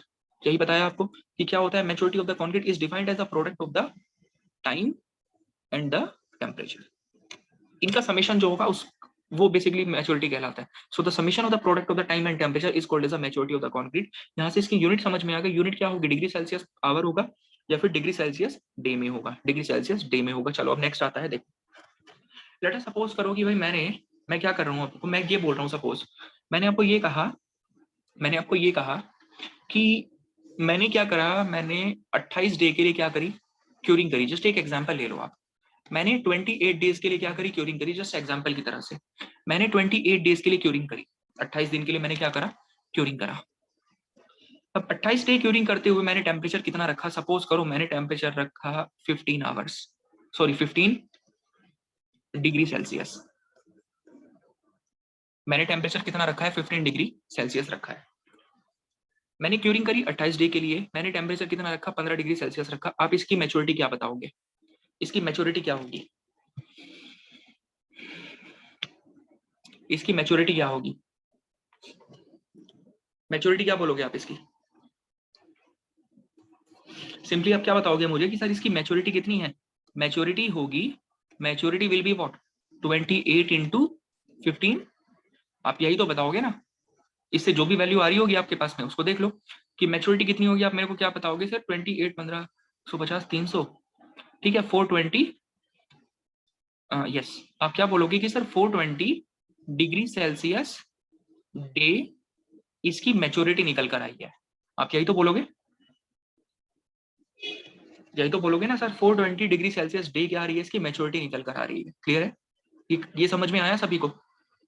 अब देखो जरा बात समझो, आपने यहाँ पे टाइम कंसिडर करा, बिल्कुल ठीक है, कोई दिक्कत नहीं है, 28 डेज है। आपने यहाँ पे टेम्परेचर कंसिडर करा है कितना, 15 डिग्री सेल्सियस। आपने यहाँ पे टेम्परेचर कंसिडर करा है कितना, 15 डिग्री सेल्सियस। मुझे ये बताओ, अगर आप यहाँ पे टेम्परेचर 15 डिग्री सेल्सियस कंसिडर कर रहे थे, अब यहाँ पे एक नया चीज आपको समझना है, नया कॉन्सेप्ट आपको समझना है, जिसके बेसिस पे आपके क्वेश्चन गलत हो सकते हैं, लेकिन अगर समझ लोगे तो गलत नहीं होंगे। आप टेम्परेचर यहाँ पे लेके रख रहे हो कितना, 15 degree Celsius. 15 degree Celsius, 15 degree Celsius अगर आप टेम्परेचर बोल रहे हो, इसका मतलब यह है कि आपका रेफरेंस कितना है, आपका रेफरेंस है 0। 0 डिग्री क्या है, आपका रेफरेंस है। आया समझ में? नहीं आया? मैं सपोज मैं ये बोल रहा हूँ कि भाई मेरे यहाँ पे टेम्परेचर 28 डिग्री है। 28 डिग्री मैंने आपको टेम्परेचर बोला, मतलब मैं किससे मेजर कर रहा हूँ, मेजर करने का मेरा रेफरेंस कितना है, 0 डिग्री सेल्सियस से 28 ऊपर है टेम्परेचर। आया समझ में? ये मीनिंग आया सबको, समझ में ही नहीं आया? अगर मैंने आपको ये बोला कि मेरा टेम्परेचर 15 डिग्री सेल्सियस है, तो 15 डिग्री सेल्सियस बोलने का मतलब क्या है कि हमारे यहाँ पे टेम्परेचर 0 डिग्री से 15 ऊपर है। ये मतलब आता है यहाँ पे एक रेफरेंस का खेल आता है बहुत बड़ा, जिसके बेसिस पे क्वेश्चन बनते हैं। लेट अस सपोज मैंने यहाँ पे एक ही कंसिडर कर लिया कि सपोज यहाँ पे 0 डिग्री सेल्सियस मैंने क्या मान लिया, रेफरेंस मान लिया। अब 0 से मैं अगर इधर जा रहा हूँ, या फिर मैं 0 से इधर जा रहा हूँ, समझो बात को। तो मैं अगर बोला कि भाई मेरा टेम्परेचर कितना है, हमारे यहाँ पे टेम्परेचर है 28 डिग्री सेल्सियस, हमारे यहाँ पे टेम्परेचर है 28 डिग्री सेल्सियस, आपके यहाँ पे टेम्परेचर है 28 डिग्री सेल्सियस में। अगर आपको टेम्परेचर बोल रहा हूँ, इसका मतलब क्या है कि आपके यहाँ पे टेम्परेचर 0 से 28 ऊपर है, यही तो मतलब है ना, पॉजिटिव साइड पे। अगर मैंने आपको ये बोला कि हमारे यहाँ पे टेम्परेचर कितना है, -11 है, -11 बोलने का मतलब है कहाँ पर आ रहे हो आप, इधर पॉजिटिव स्केल है, इधर नेगेटिव है, आप कहाँ पर आ रहे हो, इधर आ रहे हो। ये क्या है, -11 है, तो आप क्या बोलोगे कि सर हमारे यहाँ पे टेम्परेचर 0 से 11 नीचे है, यही तो बोलोगे। अगर 28 बोलते हो तो 0 से 28 ऊपर है। अगर आप बोलोगे कि सर -11 है, तो मतलब 0 से -11 नीचे है। तो इस केस में ये बताओ, आप जो भी मेजरमेंट कर रहे हो ना, आप जो भी मेजरमेंट कर रहे हो, वो मेजरमेंट कर रहे हो आप टेम्परेचर की, इसको रेफरेंस मान के। ये क्या है, आपकी रेफरेंस लाइन है। ये क्या है, आपका रेफरेंस लाइन है। 0 आपने क्या मान लिया, रेफरेंस मान लिया। तो अगर आप रेफरेंस 0 को मानते हो, इन दैट केस आपका 15 डिग्री सेल्सियस टेम्परेचर आप बोलोगे, कोई दिक्कत नहीं है उसमें। 15 डिग्री सेल्सियस आप क्या बोलोगे, कोई दिक्कत नहीं है उसमें, आप उसको बोल सकते हो। या फिर -11 होगा तो मतलब 0 से 11 नीचे, अगर 28 होगा तो 0 से 28 ऊपर। लेकिन अगर सपोज करो, अगर मैं यहाँ पे रेफरेंस चेंज कर दूं, अगर मैं यहाँ पे रेफरेंस चेंज कर दूंगा, तो रेफरेंस अगर मैंने यहाँ पे चेंज करा बाई चांस, तो मुझे ये बताओ, क्या रेफरेंस अगर मैंने चेंज कर दिया, तो क्या मैं उसके बाद आपको ये बोल पाऊंगा कि मेरे यहाँ पे टेम्परेचर 28 डिग्री सेल्सियस है? अगर मैंने रेफरेंस 0 को हटा दिया, 0 नहीं रख रहा मैं रेफरेंस, मैं रेफरेंस कुछ और रख रहा हूँ, तो क्या ये बताओ, क्या मैं आपको अब ये बोलूंगा क्या मेरे यहाँ पे टेम्परेचर 28 है? फिर वो किस पे डिपेंड करेगा, मुझे आपको क्या वैल्यू बतानी है, वो डिपेंड करेगा रेफरेंस में किसको मान रहा हूँ। रेफरेंस हम किसको माने, तो रेफरेंस का ही खेल आता है यहाँ पे कि अब रेफरेंस आप किसको मानोगे, रेफरेंस की बात आती है। अब ये इंपॉर्टेंट क्वेश्चन बनता है यहाँ पे, देखो जरा, रेफरेंस पे डिपेंड करेगा कैसे। समझो बात को, कि आपको भी पता है कि आप सिविल इंजीनियरिंग में कोई भी अगर मेजरमेंट करते हो, that will depend on the reference. वो किस पे डिपेंड करता है, रेफरेंस पे डिपेंड करता है। आप सिविल इंजीनियरिंग में कोई भी मेजरमेंट करोगे, वो किस पे डिपेंड करेगा, that will depend on the reference. तो रेफरेंस क्या है, रेफरेंस की बात आ रही है। आप 28 कब बोल सकते हो, जब आपने 0 रेफरेंस माना हुआ है। -11 कब बोलोगे, जब आपने रेफरेंस किसको माना है, 0 को माना है। अब हम रेफरेंस क्या कर रहे हैं, चेंज कर रहे हैं। रेफरेंस क्या होता है, एज पर द रिसर्चर्स, बहुत सारी रिसर्च ऑब्टेन करी गई है, बहुत सारी रिसर्च करी गई है इस कॉन्क्रीट के ऊपर। सो रिसर्च के बेसिस पे ये पता लगाया गया है, on the basis of the research जो हो चुकी है पहले, उनके रिजल्ट में आपको बता रहा हूँ, हमारा जो कॉन्क्रीट होता है उसका हाइड्रेशन लगभग आपको -11 डिग्री सेल्सियस तक देखने को मिल जाता है। Hydration of the cement, hydration of the concrete, या फिर hydration of the cement continues up to a temperature of the -11 degree Celsius.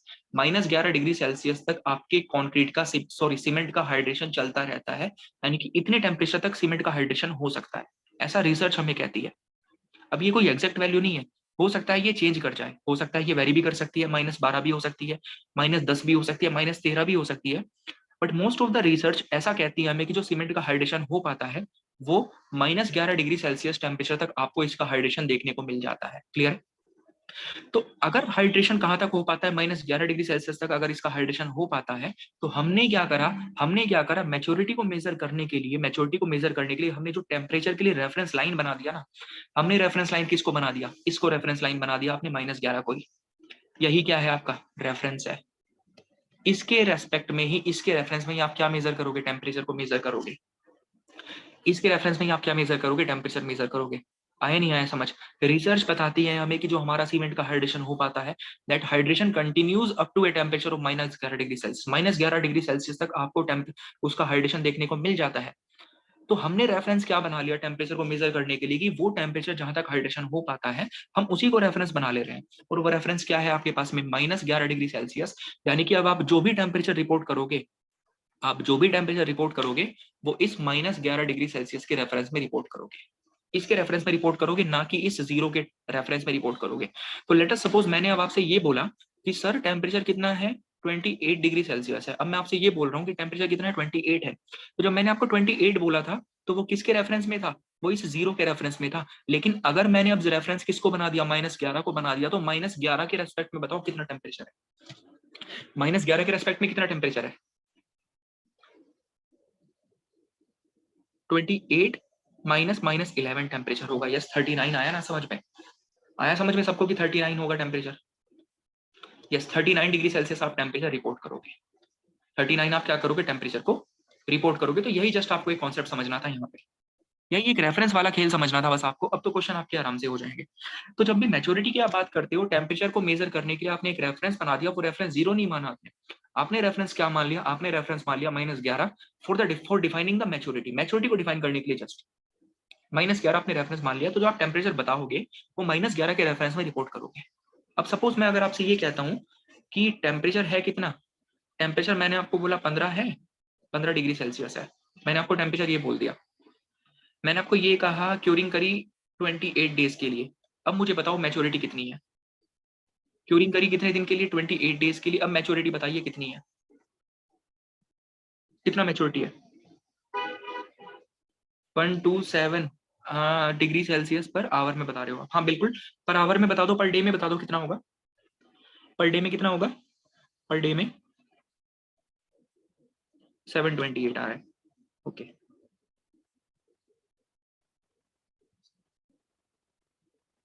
ये 728 आ रहा है डे के टर्म्स में। Yes, 728 degree Celsius per day. आया क्या सबको समझ में कि किस तरह से क्वेश्चन करना है? प्रैक्टिस मतलब कैसे क्वेश्चन बनते हैं इसके, इसी तरह के क्वेश्चन आए हुए हैं आपके प्रीवियस ईयर्स में। एक तो एग्जाम्पल भी मैंने लिखे हुए हैं इसके लिए, जो आप कर लोगे आराम से सॉल्व। तो मुझे ये बताओ कि कॉन्सेप्ट आपको क्लियर हुआ कि रेफरेंस वाला खेल किस तरह था यहाँ पे? सो रिसर्चर्स कहते हैं कि टेम्परेचर रेफरेंस आप कितना मानो? -11 मानो, कि रिसर्च के अकॉर्डिंगली चल रहा है। किस तरह से आप क्वेश्चन करोगे? सो समझ में आ गया। अब देखो जरा, एक और इसमें एक और पॉइंट है। एक और पॉइंट है आपका क्या? समीशन वाला भी यहाँ पे थोड़ा सा पॉइंट है आपके पास में। समीशन वाला क्या पॉइंट है? आपने पर समीशन लगा रखा था ना, summation of the time into temperature होता है। Summation of the time into temperature होता है। क्लियर है? अब मैंने आपको ये कहा, लेट अस सपोज, चलो अभी इसको एग्जांपल की तरह, एग्जांपल जब सॉल्व करेंगे तभी देखते हैं आराम से। एग्जांपल जब सॉल्व करेंगे तभी उसको डिस्कस करते हैं उस वाले पॉइंट को। एक बेसिक आपको क्लियर हो गया कैसे करना है। एक अभी एग्जांपल मैं आपको करवा रहा हूँ, उस एग्जांपल में उस कॉन्सेप्ट को डिस्कस करता हूँ। सो जस्ट इसको एक बार रीड करके देख लो। इसको रीड करके देखो, देखो नोट में लिखा हुआ है यहाँ पे। आपने ऊपर का तो पढ़ लिया था सारा, मैच्योरिटी क्या होगा? Summation of the time into temperature, degree Celsius per hour या फिर डिग्री सेल्सियस पर डे होगा। अब नोट में क्या लिखा हुआ है? The temperature is taken as -11 degree Celsius as the origin in the computation of the maturity, since the hydration continues up to about this temperature. जो पॉइंट आपको मैंने बताया वही सेम पॉइंट लिखवाया हुआ है कि जो ओरिजिन आप लेके चलोगे, जो आप रेफरेंस लेके चलोगे, वो क्या लेके चलोगे? -11 डिग्री सेल्सियस लेके चलोगे।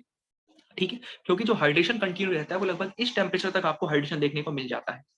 बोलो आया नहीं आया समझ में? क्लियर हुआ है सभी को पॉइंट? ये पॉइंट क्लियर है आपको?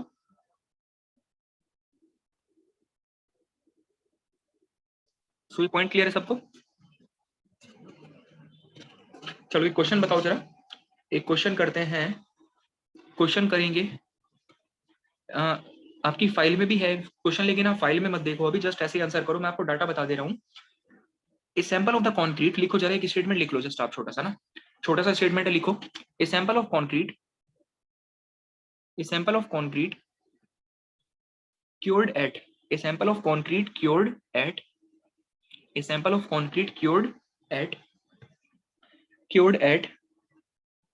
20, sorry, cured at 18 degree Celsius. A sample of concrete cured at 18 degree Celsius. A sample of concrete cured at 18 degree Celsius. 18 degree Celsius and 428 days. And 428 days. A sample of the concrete cured at 18 degree Celsius and for 28 days, is taken to be fully matured. Is taken to be fully matured. Is taken to be fully matured.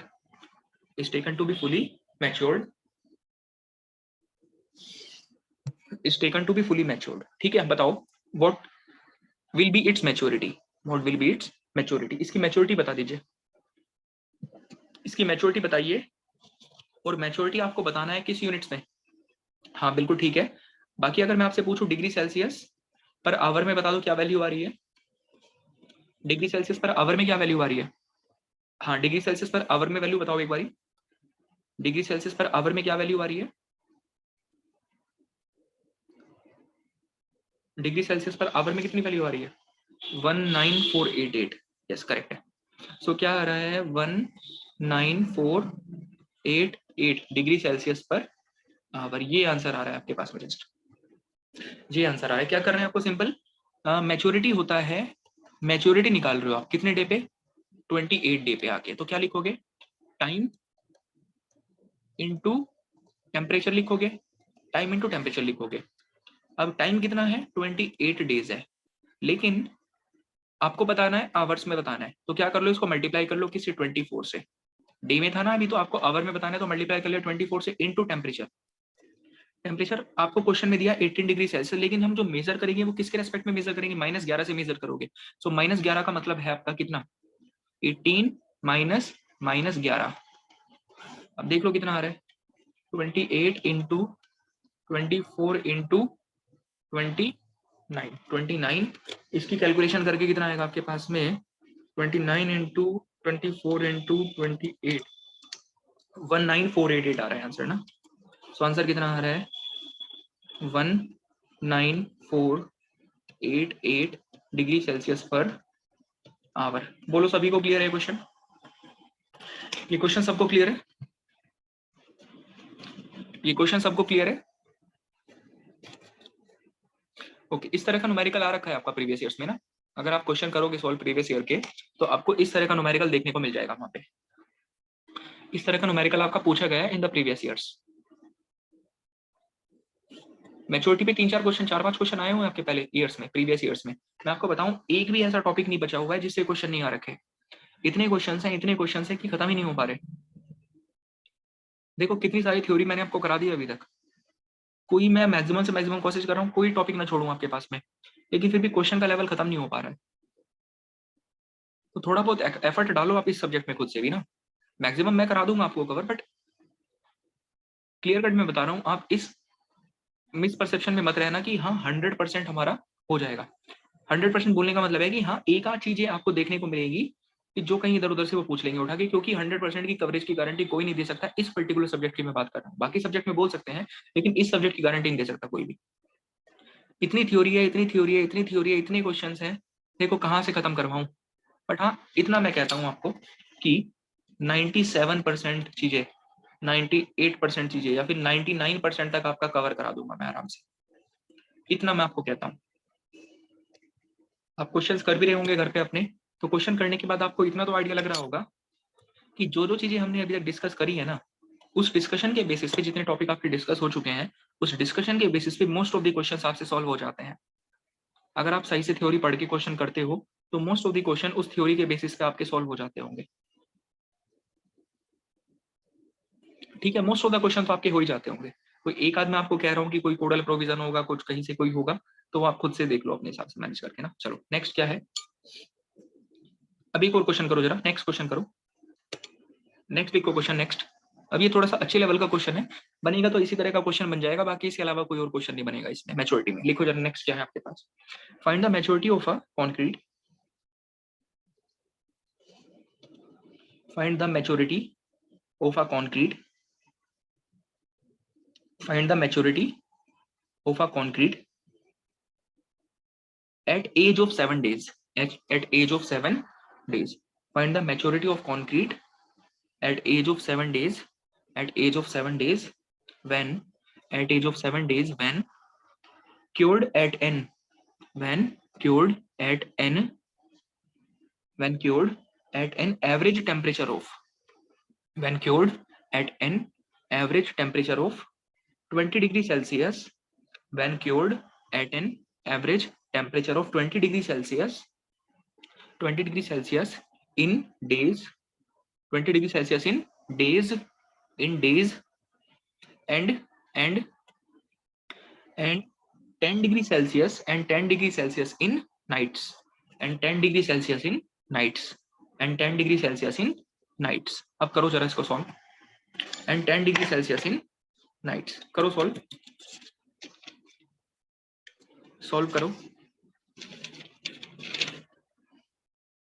तो solve करो question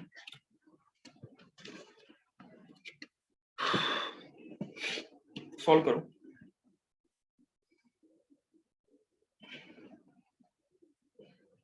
करो sir day and night के number of hours equal हाँ बिल्कुल यही है equal लेंगे बिल्कुल इक्वल लेंगे यस इक्वल लेंगे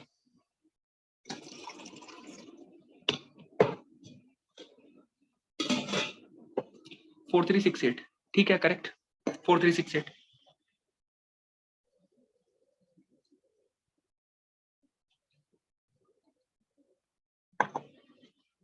4368 4368 आ रहा है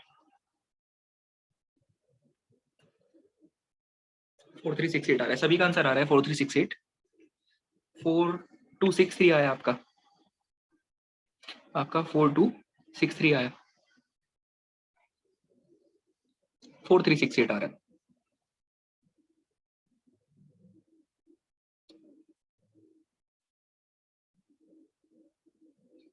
देखो करते हैं सॉल्व ना क्वेश्चन चेंज कर देता है सर तो सब नोट्स में है क्वेश्चन चेंज करके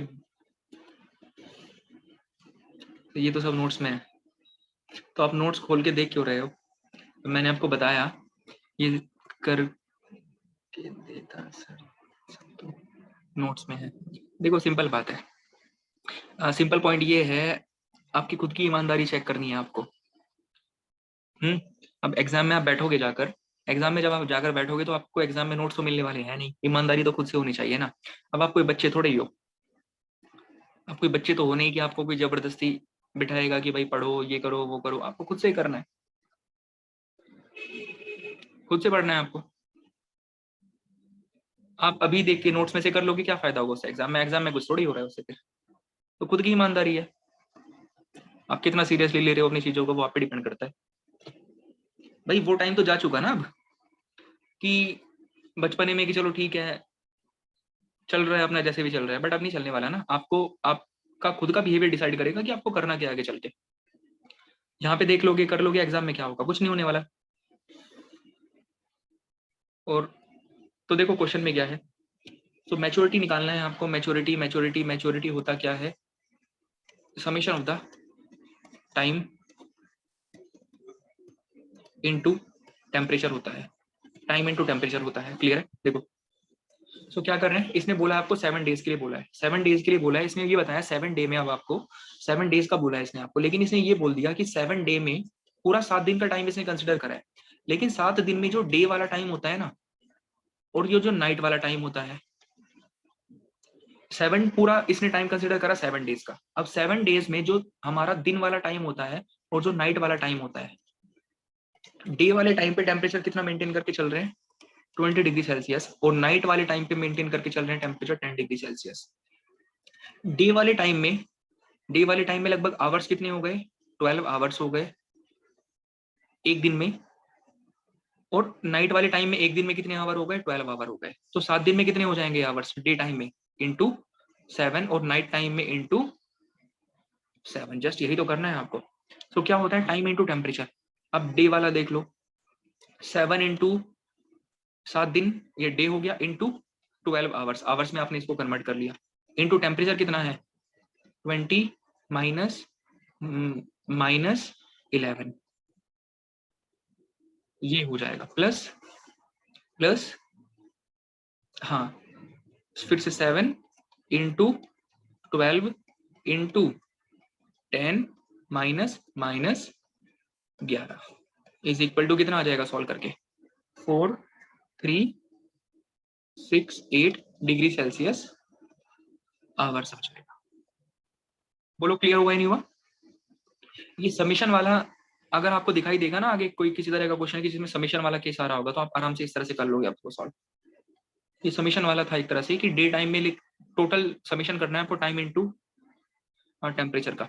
सो डे के लिए कितना हो गया आपका 7 डेज है जिसमें से डे टाइम कितना है आपका 12 घंटे रहता है तो आवर्स में कन्वर्ट हो गया इनटू टेम्परेचर। ये नाइट पे आए 7 दिन है 7 दिन में घंटे कितने हो गए इनटू 12 टोटल आवर्स आ गए नाइट टाइम के इनटू टेम्परेचर से मल्टीप्लाई कर लिया इसको। बोलो यहाँ तक ये वाला क्वेश्चन क्लियर है सभी को? नहीं है? इस क्वेश्चन में कोई डाउट है किसी तरह का आपको? इस क्वेश्चन में किसी तरह का कोई डाउट? सर हर क्वेश्चन में आवर्स ऐसे ही डिस्ट्रीब्यूट करेंगे ना? हर क्वेश्चन में आवर्स ऐसे ही डिस्ट्रीब्यूट करेंगे ना? अगर आपको डे एंड नाइट वाला केस दिया है तो डे एंड नाइट वाले केस में आप 12-12 घंटे इक्वली मान के चलोगे। ठीक है, अगर आपको डे एंड नाइट वाला केस दे रखा है कि कहीं पे डे है और नाइट वाला है, हाँ बिल्कुल इक्वली डिस्ट्रीब्यूट कर लो, 12-12 घंटे के केस में डिस्ट्रीब्यूट करो। अगर कुछ नहीं बोलता क्वेश्चन में तो, अगर क्वेश्चन में आपको कुछ नहीं बोलता है तो इक्वली डिस्ट्रीब्यूट कर लो। अगर कुछ बोलता है तो जैसा बोलेगा वैसे कर लो। अगर कुछ नहीं बोला तो जैसे बोल रखा है, अगर कुछ नहीं बोला तो 12-12 घंटे के हिसाब से डिस्ट्रीब्यूट कर लो। अगर क्वेश्चन में कहता है कुछ अलग चीज तो जो बोलता है वही कंसिडर कर लो, सिंपल। ठीक। सो अगर मैच्योरिटी में कोई क्वेश्चन बनेगा तो बस इसी तरह का मैक्सिमम से मैक्सिमम क्वेश्चन जा सकता है। एसएससी जेई की अगर आप बात करोगे तो जेई लेवल में इससे ऊपर क्वेश्चन जाने वाला नहीं है कि जिसमें आपके सबमिशन वाला केस आ सकता है एक बारी। सो आपने यहाँ पे इक्वल वाला केस कंसिडर कर लिया। अब अगर अनइक्वल का भी केस बनेगा तो अनइक्वल का भी आप आराम से कर लोगे। सो आगे बात करें अब नेक्स्ट टॉपिक पे। बोलो ये सभी को क्लियर है? फिर नेक्स्ट टॉपिक डिस्कस कर रहे हैं।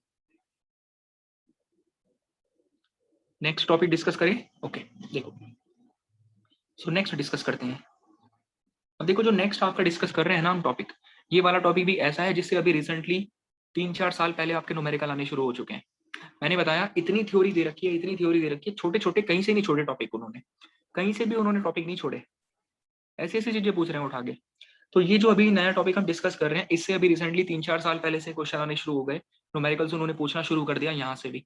तो अगर न्यूमेरिकल पूछना शुरू कर दिया तो चांसेस हैं कि आपके पास भी आने वाले 1-2 साल में फिर से रिपीट हो जाएंगे क्वेश्चन, क्योंकि क्वेश्चन तो रिपीट ही होते हैं वहां पे। सो अब नेक्स्ट टॉपिक डिस्कस कर रहे हैं। The next of the topic will be what? Gel space, gel space ratio. ये है gel space ratio. Yes all clear sir? Yes sir 2017 में जेल स्पेस रेशियो आया था। वही मैं बोल रहा हूँ कि हर एक टॉपिक से क्वेश्चन आ रहा है, हर टॉपिक से क्वेश्चन आ रहा है, हर टॉपिक से। देखो क्या है नेक्स्ट। सो नेक्स्ट आपके पास में जेल स्पेस रेशियो, इसकी बात करते हैं। जेल स्पेस रेशियो न्यूमेरिकल बन रहा है यहाँ से भी आजकल, 2-3 साल से पूछने शुरू कर दिए इन्होंने इस वाले टॉपिक से क्वेश्चंस। तो देखो क्या होगा इसमें, आप समझो बात को कि हमारा जो एक मैंने आपको बताया हुआ है कि वाटर टू सीमेंट रेशियो अगर बढ़ता है तो स्ट्रेंथ पे क्या फर्क पड़ता है? वाटर टू सीमेंट रेशियो बढ़ने से स्ट्रेंथ पे क्या फर्क पड़ता है? स्ट्रेंथ पे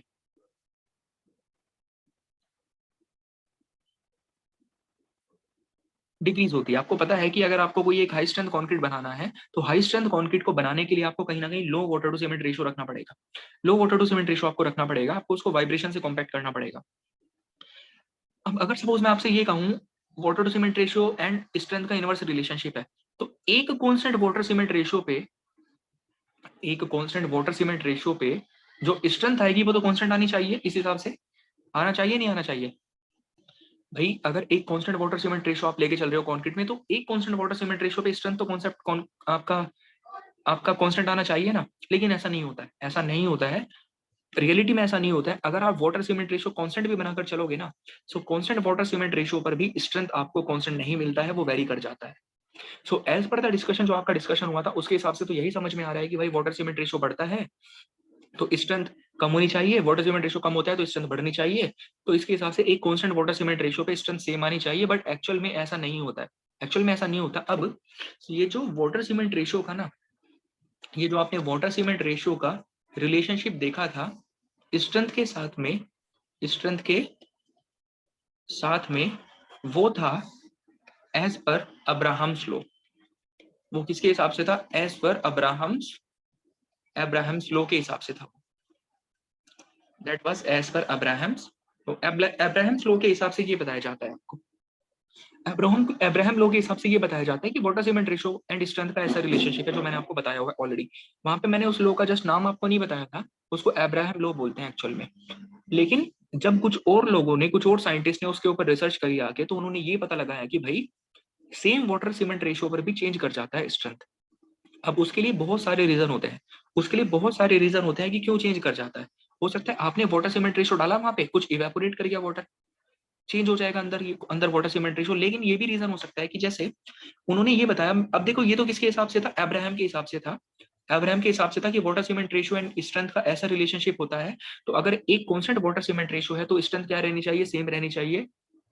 लेकिन even at the same water content strength change कर जाती है। उसके बहुत सारे रीजन होते हैं, वो देख लेंगे अभी क्या क्या रीजन हो सकते हैं, उसके रीजन होते हैं। तो हम ये कह सकते हैं कि अब्राहम लो जो है वो कुछ हद तक तो ठीक है, कुछ हद तक तो ठीक है, लेकिन 100% करेक्ट नहीं है, 100% करेक्ट नहीं है, ऐसा बोल सकते हैं हम। कुछ हद तक ठीक है, लेकिन आप उसको फिर भी ये नहीं कह सकते कि हाँ ये बिल्कुल सही चीज है, एक्यूरेट चीज नहीं बोल सकते आप उसको। ऐसा पता लगाया गया बाद में, आया समझ में नहीं आया? कुछ हद तक तो ठीक समझ में आ रहा है कि हाँ भाई बढ़ रहा है तो कम हो रहा है, कम हो रहा है तो बढ़ रहा है। लेकिन आप ये देख रहे हो कि कुछ ना कुछ उसके भी ड्रॉबैक निकल कर आ रहे हैं। ऐसा भी हो सकता है कि सेम वाटर सीमेंट रेशियो पर आपकी स्ट्रेंथ क्या रहे, डिफरेंट हो जाए।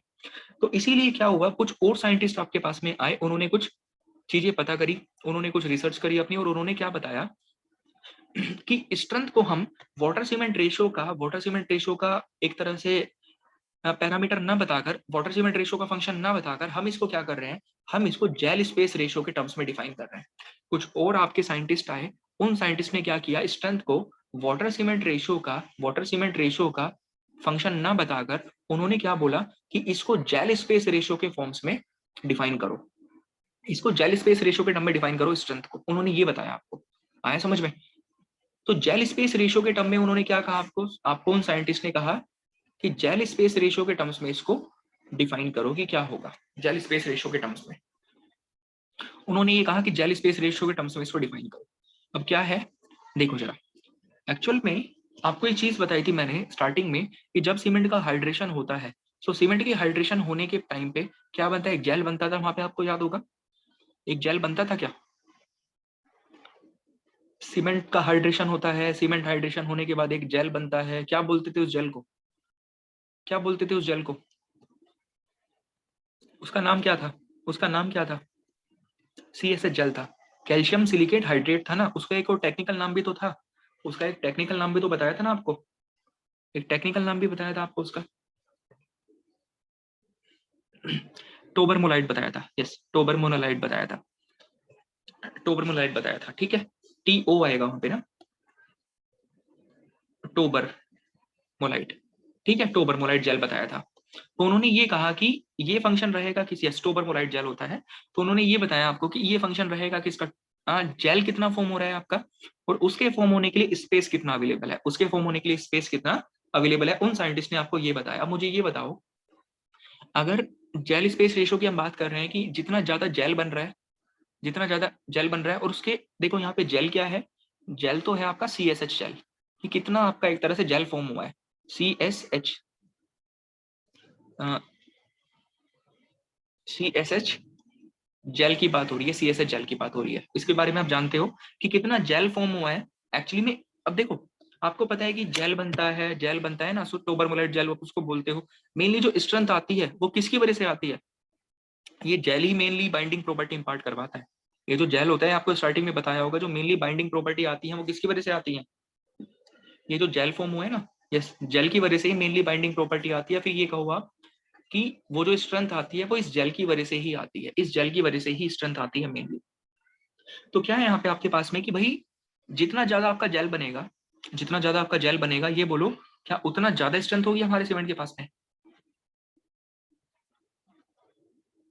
जितना ज्यादा आपका जेल बनेगा क्या उतनी ज्यादा स्ट्रेंथ होगी आपके सीमेंट के पास में? यस बिल्कुल। नाउ उस जेल के बनने के लिए स्पेस कितना अवेलेबल है, उस जेल के बनने के लिए स्पेस कितना अवेलेबल है, उसकी बात हो रही है नेक्स्ट।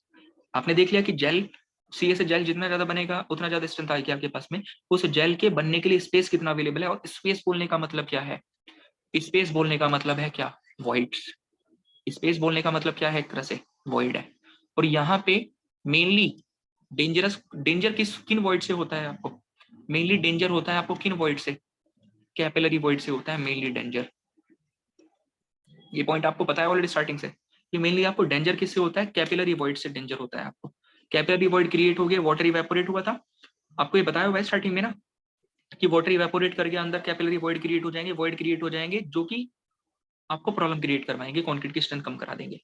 सो उन्होंने क्या बोला उन लोगों ने आपको, कुछ साइंटिस्ट थे, उनके नाम मैं बता दूंगा आपको क्या क्या नाम थे उनके। पावर, एक का नाम था पावर, नाम आपको याद नहीं रखना है कि किसने क्या क्या नाम था उनका, ठीक है। ये अब्राहम लो भी, आपको इसका नाम भी इसीलिए नहीं बताया आज तक कि कोई आपके काम नहीं आने वाला नाम वाम, बट ठीक है अब नाम बता दिया आपको, कोई दिक्कत नहीं है, याद रख लेना उसको। सो क्या है, उन्होंने ये बोला कि इसको आप फंक्शन कंसिडर करो किसका? जेल स्पेस रेशियो का। अब ये आता है मेनली कॉन्सेप्ट, जेल मतलब कितना जेल फॉर्म हो रहा है और उस जेल के बनने के लिए स्पेस कितना अवेलेबल है, ये आपको समझना है। ये आपको समझना है जेल बनेगा कहाँ पे, मेनली जेल के बनने के लिए स्पेस कितना अवेलेबल है? कैपिलरी पोर्स की स्पेस अवेलेबल है, वहां पे वो बनेगा आपका इस तरह से।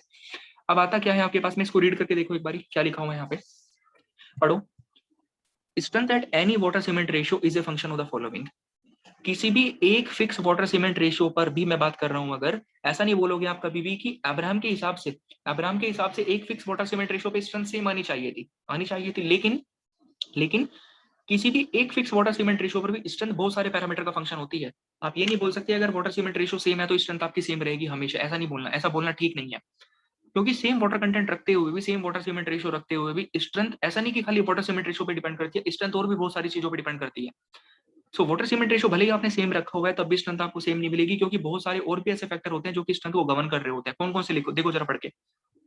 Degree of the hydration of the cement, कितना हाइड्रेट आपका सीमेंट हो पाया, कितना हाइड्रेट आपने वाटर सीमेंट रेशियो डाल दिया, कितना हाइड्रेट आपका सीमेंट उस वाटर सीमेंट रेशियो पर हो पाया, इस पे डिपेंड करेगा। नेक्स्ट, टेम्परेचर, कितना टेम्परेचर है हाइड्रेशन के टाइम पे। आप ये पॉइंट कब से डिस्कस करते आ रहे हो कि टेम्परेचर भी अफेक्ट करता है स्ट्रेंथ को, ये चीज आप डिस्कस कर रहे हो ना बहुत लंबे टाइम से, अभी आपने डिस्कस करा maturity. Temperature will also affect the strength. Next, air content कितना है, एयर कंटेंट कितना है वहां पे, एयर कंटेंट कितना है इस पे भी डिपेंड करेगा, एयर कंटेंट कितना है इस पे भी डिपेंड करेगा in the case of the air entrained concrete. अब मुझे ये बताओ, अगर कंक्रीट एयर एंट्रेंड है तो स्ट्रेंथ पे क्या फर्क पड़ता है? स्ट्रेंथ कम होती है बढ़ती है? एयर एंट्रेंड कंक्रीट की स्ट्रेंथ एयर एंट्रेंड कंक्रीट की ज्यादा रहती है कम रहती है नॉर्मल कंक्रीट के कंपैरिजन में? आ, आ, आ, आ, कम होती है, कुछ डिग्रीज होता है स्ट्रेंथ में। एयर एंट्रेन कंक्रीट की strength as compare to normal concrete कुछ हद तक कम रहती है, आपको पॉइंट लिखवाया हुआ है clear cut. Air entraining concrete के फंक्शंस लिखाए थे ना आपको, ये से डिग्रीज होगा, कुछ डिग्रीज होगा, हाँ कुछ डिग्रीज होता है, ठीक है। सो क्या हुआ, स्ट्रेंथ क्या होती है आपकी, डिग्रीज होती है, इस पे भी डिपेंड करेगा। और किस पे डिपेंड करता है? Formation of the cracks due to the bleeding and the shrinkage. बहुत सारे चांसेस ऐसे रहेंगे कि वहां पे ब्लीडिंग हो जाए, श्रिंकेज हो जाए। मान लो कि वाटर आपने डाला, वाटर टू सीमेंट रेशियो आपने वहां पे डाला, वाटर इवेपोरेट कर गया तो श्रिंकेज होने का चांस रहेगा वहां पे। सो आपको ये कुछ फैक्टर्स ऐसे बताए गए हैं, आपको कुछ ऐसे फैक्टर बताए गए हैं जो कि ये बता रहे हैं आपको कि अगर आप वाटर सीमेंट रेशियो सेम भी रखोगे तब भी आप ये गारंटी नहीं ले सकते कि आपकी स्ट्रेंथ सेम रहेगी, क्योंकि strength is not only a function of water cement ratio, strength और भी बहुत सारी चीजों का फंक्शन होता है। वो कौन कौन सी चीजें हैं आपको वो बताई गई हैं, आपको इनफेक्ट वो सारे के सारे पॉइंट पहले से पता ही थे। भाई टेम्परेचर कितना है उस टाइम पे, एयर कंटेंट कितना वहां पे प्रेजेंट है आपके वहां पे, हाँ वाटर सीमेंट रेशियो में कहीं चेंज तो नहीं हो रहा है कुछ किसी भी वजह से, कहीं वहां पे हाइड्रेशन कितना हो पाया आपके सीमेंट का, आपका वहां पे कोई फॉर्मेशन तो नहीं हो रहा है किसी वजह से क्रैक्स का, या फिर किसी वजह से ब्लीडिंग या सेग्रीगेशन तो नहीं वहां पे हो रहा है। इन सारी चीजों पे भी तो डिपेंड करता है आपका जो स्ट्रेंथ है। तो यहाँ तक मुझे बताओ सब लोगों को समझ में आया या नहीं आया? कि आप अगर ऐसे बोलोगे ना कि अब्राहम लो के हिसाब से तो ऐसा हो रहा था, लेकिन अब्राहम लो के हिसाब से ये कहीं ना कहीं एक ड्रॉबैक था, कहीं ना कहीं एक ड्रॉबैक था कि और भी बहुत सारी चीजें होती हैं जिन पे वो डिपेंड करता है। बोलो ये पॉइंट सभी को क्लियर है या नहीं है? उसके बाद चलते हैं आगे। अब देखो आगे, इसमें एक नोट पॉइंट लिखा हुआ है आपने नीचे, एक नोट पॉइंट क्या लिखा हुआ है यहाँ पे कि Abraham law is only a rule but not a law, is only a rule but not a law. तो ये आता है यहाँ पे, ये अब इसलिए बताया है आपको यहाँ पे लिख के, क्योंकि हो सकता है आपको किसी छोटे मोटे स्टेटमेंट में पूछ ले, आपको डायरेक्टली 4 स्टेटमेंट लिख के दे और 4 स्टेटमेंट में पूछे बताओ इनमें से कौन सा सही है, तो आप क्या बोलोगे? Abraham low is just a rule, एक रूल है आप ऐसे बोल सकते हो, लेकिन ऐसा नहीं कि आपको वो मानना ही मानना है हमेशा, लो नहीं है वो कोई, ठीक है। Is just a rule but not a law, ये डायरेक्टली बुक की स्टेटमेंट है, बुक का स्टेटमेंट डायरेक्टली। हो सकता है कहीं पे आपसे स्टेटमेंट टाइप प्रॉब्लम्स में डायरेक्टली उठाकर दे दे वहां पे, तो इसीलिए आपको यहाँ पे लिख के बताया। सो अब्राहम लॉ का एक छोटा सा ड्रॉबैक आ गया। अब कुछ और लोग आए आपके पास मार्केट में, उन्होंने क्या बोला कि वाटर सीमेंट रेशियो का फंक्शन ना कंसीडर करते हो, इसको जेल स्पेस रेशियो का फंक्शन कंसीडर करो। अब देखो आगे लिखा हुआ है जेल स्पेस रेशियो, उसको पढ़ो क्या लिखा है। अब ये न्यूमेरिकल वाला सेगमेंट है, इससे न्यूमेरिकल आए हुए हैं, पहले समझो इसको आराम से। Ratio of the volume of the hydrated cement paste, ratio of the volume of the hydrated cement paste. Hydrated cement paste बोलने का मतलब है एक तरह से जेल की बात हो रही है, जेल की बात हो रही है। To the sum of the volume of the hydrated cement and that of the capillary pores, to the sum of the volume of the hydrated cement and that of the capillary pores, and that of the capillary pores. देखो जरा क्या मतलब है आपके पास यहाँ पे बोलने का। तो क्या है यहाँ पे होता क्या है, इसको अब डिफाइन करा टेक्निकली हमने। जेल स्पेस रेशियो क्या होता है, volume of hydrated cement paste, volume of the hydrated cement paste divided by sum of, divided by sum of same volume of hydrated cement paste plus capillary pores, plus capillary pores. ये इसका technical definition है कि कैसे define करते हैं हम इसको, कि volume of the hydrated cement paste, volume of the hydrated cement paste मतलब बोलने का आपका ये है कि कितना volume of the hydrated cement paste आपके पास में बन रहा है, तो फिर आप ये बोलो कि कितना जेल का फॉर्मेशन आपके पास में हुआ है, कितना जेल का आपके पास में फॉर्मेशन हुआ है, एंड उस जेल के फॉर्मेशन होने के लिए कितना पोर्स, कितना स्पेस आपके लिए अवेलेबल है। इस चीज के रेशियो को हम क्या कहते हैं, जेल स्पेस रेशियो कहते हैं। अब इसके लिए, इसकी कैलकुलेशन के लिए, कैलकुलेशन पर्पस के हिसाब से मैं आपको बता रहा हूँ, देखो डेरिवेशन भी इसका हो सकता है, डेरिवेशन भी इसका हो सकता है, बट डेरिवेशन हमारे काम का बिल्कुल नहीं है। जो चीजें आपकी काम की होती है वो मैं खुद से खुद करा देता हूँ, डेरिवेशन आपके पर्पस का बिल्कुल नहीं है। तो डेरिवेशन अगर आपके पर्पस का नहीं है तो मैं आपको डायरेक्टली इसका फॉर्मुला बताऊंगा कि कैसे इसको कैलकुलेट करना है। बेसिक मैंने आपको बता दिया कि है क्या जेल स्पेस रेशियो, कैसे जेल स्पेस रेशियो आपके कॉन्क्रीट की स्ट्रेंथ को अफेक्ट करेगा वो भी आपको बताया। अब मैं आपको डायरेक्टली इसको कैलकुलेट करने का फॉर्मुला बताऊंगा कि कैसे इसको कैलकुलेट करना है। आपको दो केस बनेंगे आपके पास में, उन दोनों के मैं आपको फॉर्मुले बता दूंगा। छोटा छोटा सा चेंज हो रहा है फॉर्मुले में दोनों में, आपको जस्ट अप्लाई करके आंसर कैलकुलेट करना है। ठीक है, डेरिवेशन की रिक्वायरमेंट बिल्कुल नहीं है आपको कि कैसे आप इसको डेरिवेट करके लेके आ रहे हो, कोई उसका किसी तरह का आपका काम नहीं आने वाला हो। ठीक है, डायरेक्टली फॉर्मुला हम बता रहे हैं इसका कि क्या फॉर्मुला होता है। सो इसका समझो जरा। देखो जरा नेक्स्ट क्या है आपके पास में, इसका डायरेक्टली नेक्स्ट पेज पर आओ जरा पीडीएफ में। तो पीडीएफ में आपका डायरेक्टली एक न्यूमेरिकल दे रखा है यहाँ पे ना, आपका डायरेक्टली एक न्यूमेरिकल सॉल्व करते हैं। देखो जरा क्वेश्चन दिया हुआ है एक पीडीएफ में जरा। अब मैं क्वेश्चन की हेल्प से आपको इसका जो भी बचा कुछ पार्ट है वो करा दूंगा कवर। सो एक क्वेश्चन करेंगे सॉल्व। क्वेश्चन लिखो, क्वेश्चन बोल रहा हूँ मैं आपको, क्वेश्चन मैं बोल रहा हूँ, नोट्स में मत देखना। क्वेश्चन के थ्रू ही मैं आपको इसका जो भी न्यूमेरिकल वाला सेगमेंट है वो कंप्लीट करा दूंगा। सो क्वेश्चन लिखो जरा, क्वेश्चन करते हैं, न्यूमेरिकल करते हैं सॉल्व। उस न्यूमेरिकल के बेसिस पे ही इसका जो भी बचा कुछ थ्योरेटिकल वाला पार्ट है थोड़ा बहुत उसको कवर कर लेंगे। क्वेश्चन लिखो एक जरा, calculate the gel space ratio, calculate the gel space ratio, लिखो calculate the gel space ratio, calculate the gel space ratio and the theoretical strength, and the theoretical strength, calculate the gel space ratio and the theoretical strength of a sample of concrete, of a sample of concrete made with of a sample of concrete made with 500 gram of cement, made with 500 gram of cement, made with 500 gram of cement, made with 500 gram of cement with water cement ratio as, with water cement ratio as, with water cement ratio as, with water cement ratio as 0.55, with water cement ratio as 0.55, with water cement ratio as 0.55, with water cement ratio as 0.55। सो ये है। सो क्या पूछा है आपसे question में, आपको ये कहा है कि भाई आपको क्या कैलकुलेट करना है, आपको कैलकुलेट करना है जेल स्पेस रेशियो, आपको कैलकुलेट करना है। हमारा काम है जेल स्पेस रेशियो कैलकुलेट करना, काम है जेल स्पेस रेशियो कैलकुलेट करना आपका काम है। अब देखो इसमें दो केस बनेंगे आपके पास में, इसमें दो केस बनेंगे, दोनों केसेस को समझ लेते हैं, पहले थोड़ी डिस्कस करते हैं कि कैसे होगा। इसमें दो केस बनते हैं आपके पास में, एक तो होता है फुल हाइड्रेशन वाला केस, फुल हाइड्रेशन वाला केस, और दूसरा केस कौन सा होता है, पार्शियल हाइड्रेशन वाला केस, पार्शियल हाइड्रेशन वाला केस। अब मुझे ये बताओ, लेट अस सपोज आपने वाटर सीमेंट रेशियो जो है सपोज करो मैं केस कंसिडर कर रहा हूँ, आपने वाटर सीमेंट रेशियो डाला प्रॉपर तरह से जितना डालना चाहिए था, आपने वाटर सीमेंट रेशियो प्रॉपर तरह से जितना डालना चाहिए था उतना सीमेंट आपने वाटर सीमेंट रेशियो रखा है वहां पे। बट अगर सपोज करो कि आपने वाटर सीमेंट रेशियो वहां पे प्रॉपर रखा हुआ है, प्रॉपर वाटर सीमेंट रेशियो रखने के बाद भी क्या आप ये गारंटी ले सकते हो कि हाइड्रेशन पूरा प्रॉपर्ली हो जाएगा सीमेंट का, कि क्या फुल हाइड्रेशन हुआ होगा सीमेंट का? क्या आप ऐसी गारंटी ले सकते हो आप? वाटर सीमेंट रेशियो पूरा प्रॉपर रखने के बाद भी क्या आप इतनी गारंटी ले सकते हो कि हाइड्रेशन पूरी तरह से हो जाएगा? ऐसी गारंटी हम नहीं ले सकते। ऐसी गारंटी हम नहीं ले सकते क्योंकि हाइड्रेशन ऑफ द सीमेंट बहुत सारे फैक्टर पर डिपेंड करता है। मिक्सिंग आपने कितनी प्रॉपर्ली करी, कोई वाटर इवेपोरेट तो नहीं कर गया, कुछ अदर रीजन भी होते हैं बहुत सारे। हाइड्रेशन डिपेंड करेगा टेम्परेचर पे भी, मिक्सिंग टाइम पे भी, इवेपोरेशन तो नहीं हुआ वाटर का, बहुत सारी चीजों पर डिपेंड करता है। तो भले ही आपने वाटर सीमेंट रेशियो जितना चाहिए था उतना डाला वहां पे, उसके बाद भी आप ये गारंटी नहीं ले सकते हो कि आपका हाइड्रेशन वहां पे पूरा प्रॉपर हुआ होगा। ठीक है, आपको ये चीज समझ में आती है? तो हम दो केस मान के चलते हैं। एक केस आपके पास में हम कौन सा लेंगे कि जिस समय पे लेट अस सपोज आपके सीमेंट का हाइड्रेशन पूरा हुआ है, प्रॉपर तरह से जितना हाइड्रेशन होना चाहिए था उतना हाइड्रेशन हुआ है। दूसरा केस हम कंसिडर करेंगे पार्शियल हाइड्रेशन वाला केस। पार्शियल हाइड्रेशन वाला केस हम दूसरा केस कंसिडर करेंगे। सो मैंने बताया अगर वाटर सीमेंट रेशियो आप प्रॉपर डालते हो वहां पे, उसके बाद भी आप ये गारंटी नहीं ले सकते कि हाइड्रेशन पूरा प्रॉपर्ली हो जाएगा। ऐसा नहीं कह सकते हम, क्योंकि hydration that is not only function of water to cement ratio. वो सिर्फ वाटर सीमेंट रेशियो का फंक्शन नहीं होता, वो और भी बहुत सारी चीजों का फंक्शन होता है। मिक्सिंग आपने कैसी करी, कुछ इवेपोरेशन तो नहीं हुआ वाटर का, मिक्सिंग टाइम आपने कितना रखा, टेम्परेचर कितना रखा आपने, इन सब पे भी डिपेंड करता है।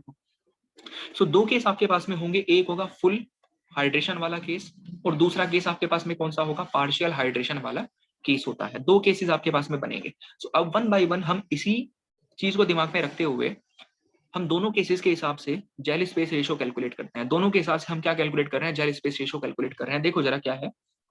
सो फर्स्ट हम कैलकुलेट कर रहे हैं फुल हाइड्रेशन वाला केस, हम फर्स्ट कैलकुलेट कर रहे हैं।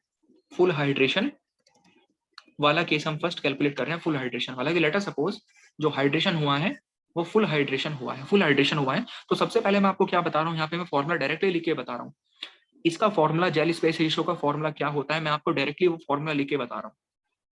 उसके डेरिवेशन के साथ हम नहीं जाएंगे, क्या क्या उसमें पैरामीटर कौन सा, किस पैरामीटर का क्या मतलब होता है वो मैं आपको बता दूंगा। डेरिवेशन जहाँ पे रिक्वायरमेंट होती है वहाँ पे खुद बता देते हैं, जहाँ पे रिक्वायरमेंट नहीं है वहाँ पे नहीं बताएंगे। देखो जरा फॉर्मुला क्या होता है जेल स्पेस रेशियो का।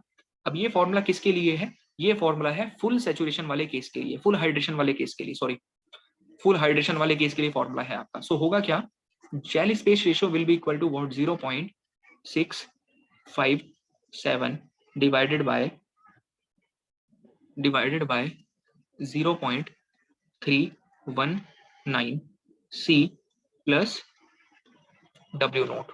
ये फॉर्मुला है। This is the formula to calculate the value of the gel space ratio. अब यहाँ पे अलग अलग पैरामीटर का आप मतलब समझो कि इसका मतलब क्या है। अलग अलग पैरामीटर का मतलब समझिए कि किसका मतलब क्या है। देखो समझो क्या मतलब है यहाँ पे। सो मैंने आपको डायरेक्टली फॉर्मुला लिख के बता दिया, डेरिवेशन नहीं कर पा रहा इसका। ठीक है, देखो क्या मतलब होता है यहाँ पे। ये जो सी है यहाँ पे, सी का मतलब होता है weight of the cement. Weight of cement कि कितना सीमेंट आपने कंसिडर किया था। सी का मतलब है weight of the cement and units का ध्यान रखना रहेगा ग्राम्स में। ठीक है, किस यूनिट में रहेगा, क्योंकि इन लोगों ने जो आपका फॉर्मूला डराइव करा है ना, दो साइंटिस्ट थे, पावर था एक का नाम, तो दूसरे का नाम मैं बता रहा हूँ भी क्या था। इन लोगों ने यूनिट्स का बहुत ध्यान रखा है। यानी कि आपको पता है इंपेरिकल फॉर्मूला मान सकते हो एक तरह से आप। इंपेरिकल का मतलब क्या है कि इंसान ने अपनी रिसर्च करी, रिसर्च के बेसिस पे उसने एक फॉर्मूला आपको ड्राइव करके दे दिया। तो यूनिट्स का आपको वहां पे ध्यान रखना पड़ेगा। यूनिट्स का आपको क्या रखना पड़ेगा, ध्यान रखना पड़ेगा। सो सी जो होगा आपके पास में that will be the weight of the cement and किस यूनिट्स में, that will be in the grams, W note जो आप लिखोगे ना, डब्ल्यू नोट क्या होगा आपके पास में, volume of mixing water, that will be the volume of the mixing water, that will be the volume of the mixing water. और ये किस में लिखोगे आप, एमएल में लिखोगे, एमएल में। अगेन यूनिट्स का ध्यान रखना, सी है वेट ऑफ द सीमेंट, डब्ल्यू नोट क्या है, volume of the mixing water है। ये फॉर्मूला है हमारे पास में 0.657 into c upon 0.319 into c plus W nought. ये है जेल स्पेस रेशियो एक तरह से। ये क्या है आपके पास में, जेल स्पेस रेशियो है। ये क्या है, जेल स्पेस रेशियो है। सी क्या होगा, वेट ऑफ द सीमेंट होगा। डब्ल्यू नोट क्या होगा, volume of the mixing water होगा। अब इसके बेसिस पे कैलकुलेट करके देखो क्या होगा। इसके बेसिस पे कैलकुलेशन करो, वैल्यू डालो यहाँ पे। वेट कितना दे रखा है आपको क्वेश्चन में, क्वेश्चन में सीमेंट का वेट कितना दिया हुआ है आपको, क्वेश्चन में सीमेंट का वेट कितना दे रखा है आपको, सीमेंट का वेट कितना है क्वेश्चन में, वेट ऑफ द सीमेंट कितना दिया है क्वेश्चन में? 500 ग्राम। सो आपको वेट जो दे रखा है that weight is given as 500 gram आपको वेट दे रखा है इंटू 0.657 इंटू 0.657 हो गया। क्लियर है? नाउ नेक्स्ट, अब वो ग्राम में ही दिया हुआ है तो आपको उसको किसी यूनिट में कन्वर्ट करने की कोई रिक्वायरमेंट नहीं है। देखो जरा आप आगे देखो, डिवाइडेड बाय 0.319 इंटू सी कितना है आपके पास में 500 है, प्लस आपको क्या निकालना है? वॉल्यूम निकालना है किसका? मिक्सिंग वाटर का। आपको क्या निकालना है? वॉल्यूम निकालना है मिक्सिंग वाटर का। तो इसको क्या लिखोगे? डब्ल्यू नोट लिखोगे आप, डब्ल्यू नोट। अभी हमें वॉल्यूम नहीं पता है। आपको कहाँ दिया है क्वेश्चन में वॉल्यूम? क्या आपको क्वेश्चन में वॉल्यूम दे रखा है क्या? क्या आपको क्वेश्चन में वॉल्यूम बताया है इसने कि कितना वॉल्यूम है? इसने क्वेश्चन में आपको वॉल्यूम बताया है क्या? नहीं बताया ना। क्वेश्चन में वॉल्यूम मेंशन नहीं कर रखा तो वॉल्यूम आपको कैलकुलेट करना पड़ेगा। एक मैं आपको क्वेश्चन करा रहा हूँ, लॉन्ग क्वेश्चन है, उसी में आपके 3-4 छोटे मोटे क्वेश्चन बन जाएंगे। देखो जरा। सो आपको क्या निकालना पड़ेगा? डब्ल्यू नोट निकालना पड़ेगा। दैट विल बी ml, या फिर आप ये बोल दो कि वॉल्यूम ऑफ मिक्सिंग वाटर आपको कैलकुलेट करना पड़ेगा। वॉल्यूम ऑफ मिक्सिंग वाटर आपको कैलकुलेट करना पड़ेगा। कैसे कैलकुलेट करोगे? लेकिन इसने आपको क्या बताया? वाटर सीमेंट रेशो बता रखा है इसने आपको क्या बता रखा है? वाटर सीमेंट रेशो बता रखा है। होता क्या है? Weight of water divided by weight of cement. Weight of water divided by the weight of the cement. Weight of water to the weight of the cement होगा। वाटर सीमेंट रेशो कितना दिया है आपको क्वेश्चन में? कितना दे रखा है water cement ratio? Just देखते चलो कैसे सॉल्व करना है। वाटर सीमेंट रेशो आपको क्वेश्चन में बताया है कितना दे रखा है? क्या क्वेश्चन में कितना दिया है वाटर सीमेंट रेशो? बोलो, वाटर सीमेंट रेशो कितना है आपके पास में? वाटर सीमेंट रेशो आपको दिया है 0.55। सो वाटर सीमेंट रेशो आपको दे रखा है 0.55 दिया है ना। यहां से लिखो weight of water to the weight of the cement. अब वेट ऑफ द सीमेंट कितना है आपके पास में? 500 ग्राम है। यहाँ से मुझे ये बताओ वेट ऑफ वाटर कितना आया? वेट ऑफ वाटर कितना आया आपके पास में? कितना आ रहा है वेट ऑफ वाटर? कितना आ रहा है? 275। कितना आ रहा है? That is coming out to be 275 आ रहा है ग्राम्स। 275 ग्राम आ रहा है आपके पास। आपको क्या लिखना था? आपको वॉल्यूम लिखना था। आपका काम क्या था? आपका काम था वॉल्यूम कैलकुलेट करना। आपका टास्क क्या था? वॉल्यूम कैलकुलेट करना। तो वॉल्यूम कैसे कैलकुलेट करोगे? बताओ कैसे कैलकुलेट करोगे? आपको वाटर का वेट पता है, आपको वाटर का वॉल्यूम निकालना है। कैसे कैलकुलेट करोगे? कैसे कैलकुलेट करोगे? बोलो, कैसे कैलकुलेट करोगे? वॉल्यूम, वेट पता है आपको, वॉल्यूम निकालना है, कैसे कैलकुलेट करोगे?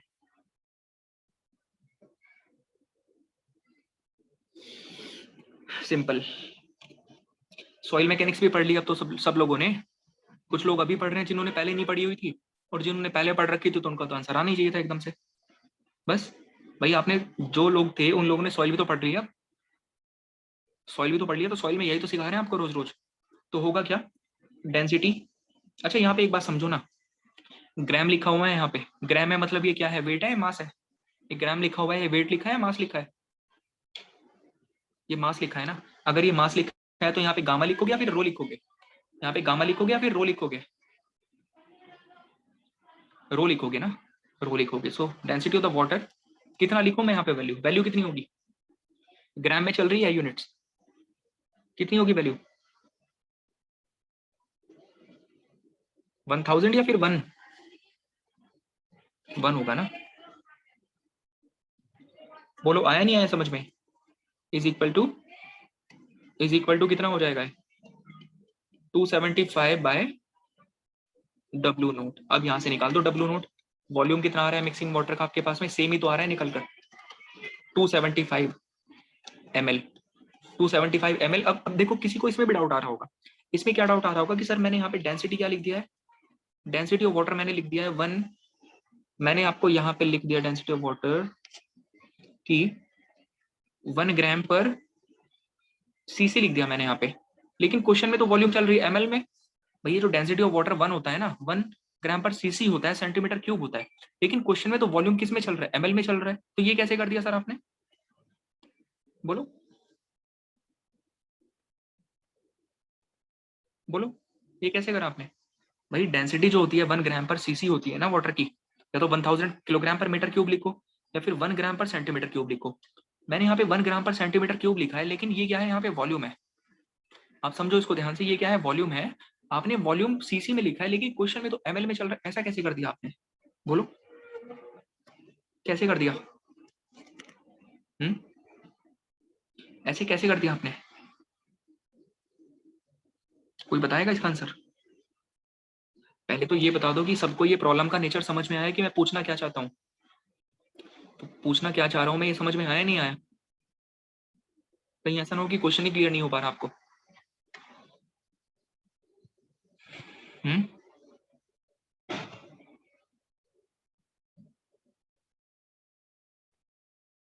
1000 litre is equal to 1 metre cube, वो तो मुझे भी पता है, वो तो मुझे भी पता है। 1 CC is equal to 1 ml होता है, ये था इसका आंसर।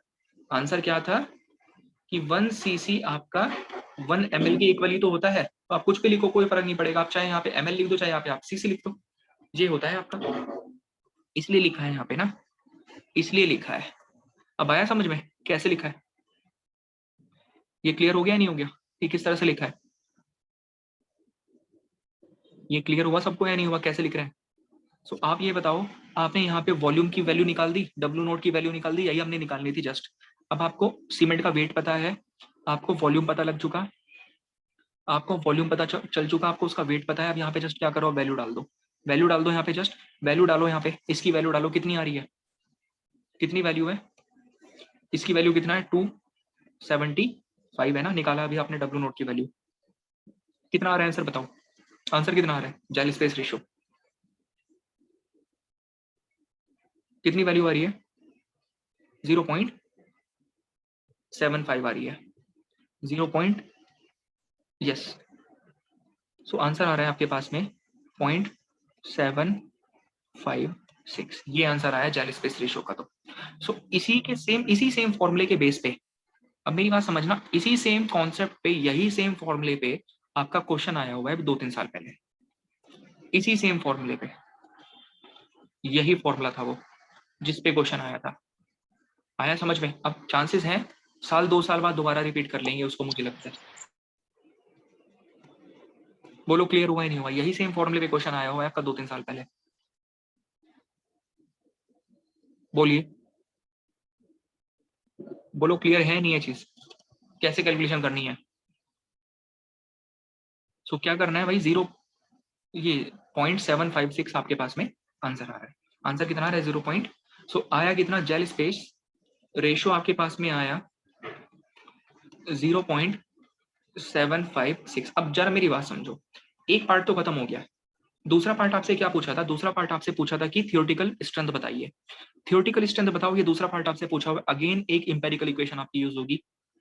अब मुझे लग रहा है कहीं ऐसा ना हो कि बहुत सिंपल सी इक्वेशन है, कहीं आपसे इस बार जेल स्पेस रेशियो देके स्ट्रेंथ पूछ ले, तो मैं इसीलिए आपको स्ट्रेंथ वाला भी बता दे रहा हूँ। इंपेरिकल फॉर्मूला है, किस साइंटिस्ट ने बताया वो मैं अभी आपको बता दूंगा, पावर नाम के पर्सन थे, उन्होंने बताया वो फॉर्मूला कि अगर आपको जेल स्पेस रेशियो पता है, so on the basis of that gel space ratio you can calculate the theoretical strength of the concrete. आप कॉन्क्रीट की कुछ थ्योरेटिकल स्ट्रेंथ भी कैलकुलेट कर सकते हो। You can calculate the theoretical strength of the concrete and that is given by, वो जो theoretical strength होगा ना, ऐसे हम उसको लिख रहे हैं, that theoretical strength is given by what, 240 into x का होल क्यूब, ये फॉर्मूला होगा। अगेन एक इंपेरिकल फॉर्मूला है थ्योरेटिकल स्ट्रेंथ कैलकुलेट करने के लिए। सो अगर आपको जेल स्पेस रेशियो पता है, आप थ्योरेटिकल स्ट्रेंथ कैलकुलेट कर दोगे। एक्स क्या है यहाँ पे? एक्स है ही जेल स्पेस रेशियो। एक्स है ही क्या यहाँ पर? एक्स जेल स्पेस रेशियो को ही बोल रहे हैं। सो मुझे बता दो जरा, थ्योरेटिकल स्ट्रेंथ की वैल्यू कितनी आ रही है? 240 इंटू एक्स का क्यूब मतलब 0.756 का होल क्यूब, कितना आ रहा है आपके पास वैल्यू? वैल्यू कितनी आ रही है? इंपेरिकल इक्वेशन है, याद रखना, हो सकता है क्वेश्चन बन जाए इस बार इससे, चांसेस है कि इस बार इससे क्वेश्चन आपको देखने को मिल जाए। बोलो वैल्यू कितनी आ रही है? 103.69। यस, स्ट्रेंथ की वैल्यू आ रही है आपके पास में 103.69 न्यूटन पर mm स्क्वायर। तो ये वैल्यू आ रही है। अब देखो जरा, ये वाला एक इंपेरिकल फॉर्मूला है थियोरेटिकल स्ट्रेंथ को कैलकुलेट करने के लिए कि थियोरेटिकली कितना स्ट्रेंथ है। थियोरेटिकली इतनी स्ट्रेंथ होगी, प्रैक्टिकली नहीं मिलेगी। प्रैक्टिकली एक अलग चीज है, लेकिन थियोरेटिकली ये बोल रहा है। थियोरेटिकली इस तरह स्ट्रेंथ कैलकुलेट कर सकते हो, इंपेरिकल फॉर्मूला है, प्रैक्टिकली कुछ अलग मिलेगी। अभी तक आप प्रैक्टिकली पता कर रहे थे कितनी आ रही थी, थियोरेटिकली इससे मिल जाएगी आपको। जेल स्पेस रेशियो के लिए वो फॉर्मूला याद रखना, उस पर क्वेश्चन आया हुआ है। डेरिवेशन के साथ नहीं जा रहे, इंपेरिकल इक्वेशंस है, लंबी चौड़ी गंदी से डेरिवेशन होंगी बहुत सारी, कोई उससे ऐसा इतना फायदा नहीं है, काम की नहीं है बिल्कुल भी। जो इंपॉर्टेंट है वो खुद से खुद कर लेते हैं। चलो एक केस अभी आपका कंप्लीट हुआ, नेक्स्ट केस उठाते हैं। सेकंड केस कंसिडर कर रहे हैं। सेकंड केस कंसिडर करो पार्शियल सैचुरेशन वाला केस, पार्शियल सैचुरेशन वाला केस उठा लो। फर्स्ट केस आपने देख लिया, क्या फॉर्मूला था वो आपने देख लिया। सेकंड केस कंसिडर करो पार्शियल सैचुरेशन वाला केस। पहले तो डिस्कस करना है कि जेल स्पेस रेशियो के लिए क्या फॉर्मूला निकल कर आएगा। सेम रहेगा, कोई किस तरह का डिफरेंस नहीं है। Gel space ratio X, X से रिप्रेजेंट कर रहे हैं, क्या फॉर्मूला होगा same, 0.657 into C into alpha लिख लो इसको, divided by 0.319 into C into alpha plus W nought. अब देखो जरा मतलब समझो, पैरामीटर का मतलब क्या है। पार्शियल अब अरे मैंने यहाँ पे पार्शियल सैचुरेशन लिख दिया गलती से, ये पार्शियल हाइड्रेशन होगा ना, ये क्या है, पार्शियल हाइड्रेशन है इन एक्चुअल। सो इस बार आप केस कंसिडर कर रहे हो कौन सा, पार्शियल हाइड्रेशन वाला केस कंसिडर कर रहे हो। यानी कि इस बार हमने बोला कि जो सीमेंट है वो कंप्लीटली हाइड्रेट नहीं हुआ है, कंप्लीटली हाइड्रेट नहीं हुआ। पहला वाला केस लेके चल रहे थे कि कुछ पूरी तरह से हाइड्रेट हो चुका था, हमने मान लिया कि पार्शियली हाइड्रेट हुआ है। अगर पार्शियली हाइड्रेट हुआ है तो लेट अस सपोज, मैंने आपको बोला कि उसका डिग्री ऑफ हाइड्रेशन कितना रहा, लेट अस सपोज 70% हाइड्रेट हो गया। सपोज करो 70% हाइड्रेट हो गया, लेट अस सपोज हाइड्रेट कितना हुआ 70%। सो ये जो अल्फा है, अल्फा कितना होगा, अल्फा आपको बता क्या रहा है कि आपका सीमेंट कितना हाइड्रेट हुआ है। So alpha will be 0.7, alpha will be 0.7। ये आपको क्या बता रहा है कि आपका सीमेंट कितना हाइड्रेट हुआ है, ये आपको इसी चीज की जानकारी दे रहा है कि आपका सीमेंट जो है वो कितना हाइड्रेट हुआ है। बाकी सब पैरामीटर सेम रहेंगे। C will be the weight of the cement gram में, W naught volume of the mixing water ml, C क्या, ये अल्फा क्या होगा, कितना हाइड्रेट हुआ है, ये चीज बताने में आप क्या यूज कर रहे हो, अल्फा को यूज कर रहे हो। ठीक है, अब इसमें वैल्यू पुट करो, आंसर बताओ जल्दी 2 मिनट। आंसर बताइए क्या आएगा, आंसर निकल के वैल्यू डाल दो जस्ट 0.657 इंटू, क्वेश्चन में वैल्यू डाल दो जस्ट, वही सेम क्वेश्चन जो चल रहा है आपके पास में, उसी क्वेश्चन में कर रहे हैं सेकंड वाला केस। सी कितना आया था आपके पास में 500 इंटू अल्फा कितना होगा आपके पास में, अल्फा दे रखा है इन्होंने 0. अच्छा अल्फा नहीं दिया क्या इन्होंने क्वेश्चन में, अच्छा दिया तो है 75 सैचुरेशन वाला। ओके, आपने एक पार्शियल कितना कंसिडर करके चल रहे हो आप अल्फा को, लेट अस सपोज हम मान के चल रहे हैं 75% हाइड्रेशन आप मान के चल रहे हो। अब कैलकुलेट करो 75% हाइड्रेशन के लिए, कैलकुलेट करो अब कितना होगा। 75% हाइड्रेशन के लिए कैलकुलेट करो, कितना आ जाएगा 0.75। बोलो आंसर कितना आ रहा है कैलकुलेट करके, 0.657 इंटू 500 इंटू 0.75 प्लस कितना आ रहा है आंसर बताइए, आंसर कितना आ रहा है। एक सेकंड एक सेकंड एक सेकंड, एक छोटा सा मिस्टेक हो गया। कितना आ रहा है 319 आ रहा है ना, कितना आ रहा है 0.319 आ रहा है, 0.75 तो कितना आ रहा है आपके पास में, आंसर आ रहा है 0. कितना आया, एक्स की वैल्यू, एक्स की वैल्यू कितनी आई, एक्स कितना आया,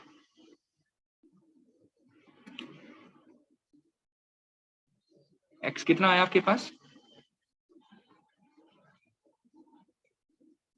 0.624, 0.624 आ रहा है, या 0.624 आएगा, ठीक है। आंसर आएगा आपके पास में, इसको कैलकुलेट करो 0.624 आ जाएगा आंसर आपके पास ना।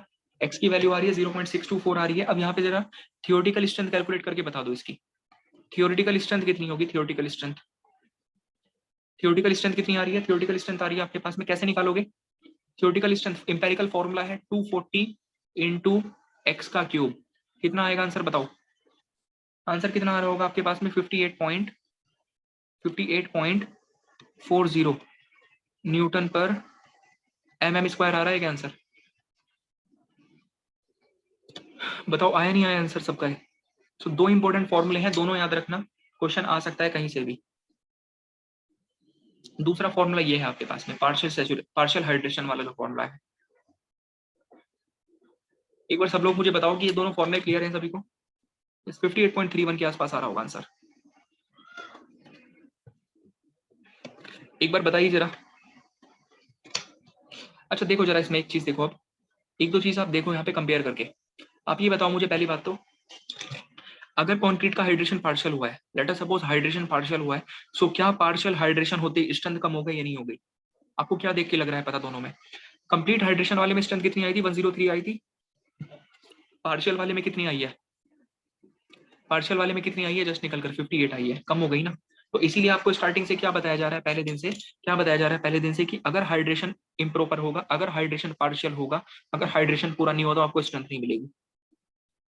ये चीज आपको पहले दिन से बताते आ रहे हैं, पहले दिन से ये पॉइंट डिस्कस हो रहा है कि अगर हाइड्रेशन प्रॉपर नहीं हो पाया तो स्ट्रेंथ क्या हो जाएगी? कम हो जाएगी। आप उस चीज को कंपेयर भी कर पा रहे हो यहाँ पे। फुल हाइड्रेशन के केस में 103 तक पहुंच गई थी, पार्शियल होते ही देखो कितना कम हो गई स्ट्रेंथ, 58 पहुंच गई। सो कंपैरिजन कर सकते हैं दोनों वैल्यूज का हम, बोलो।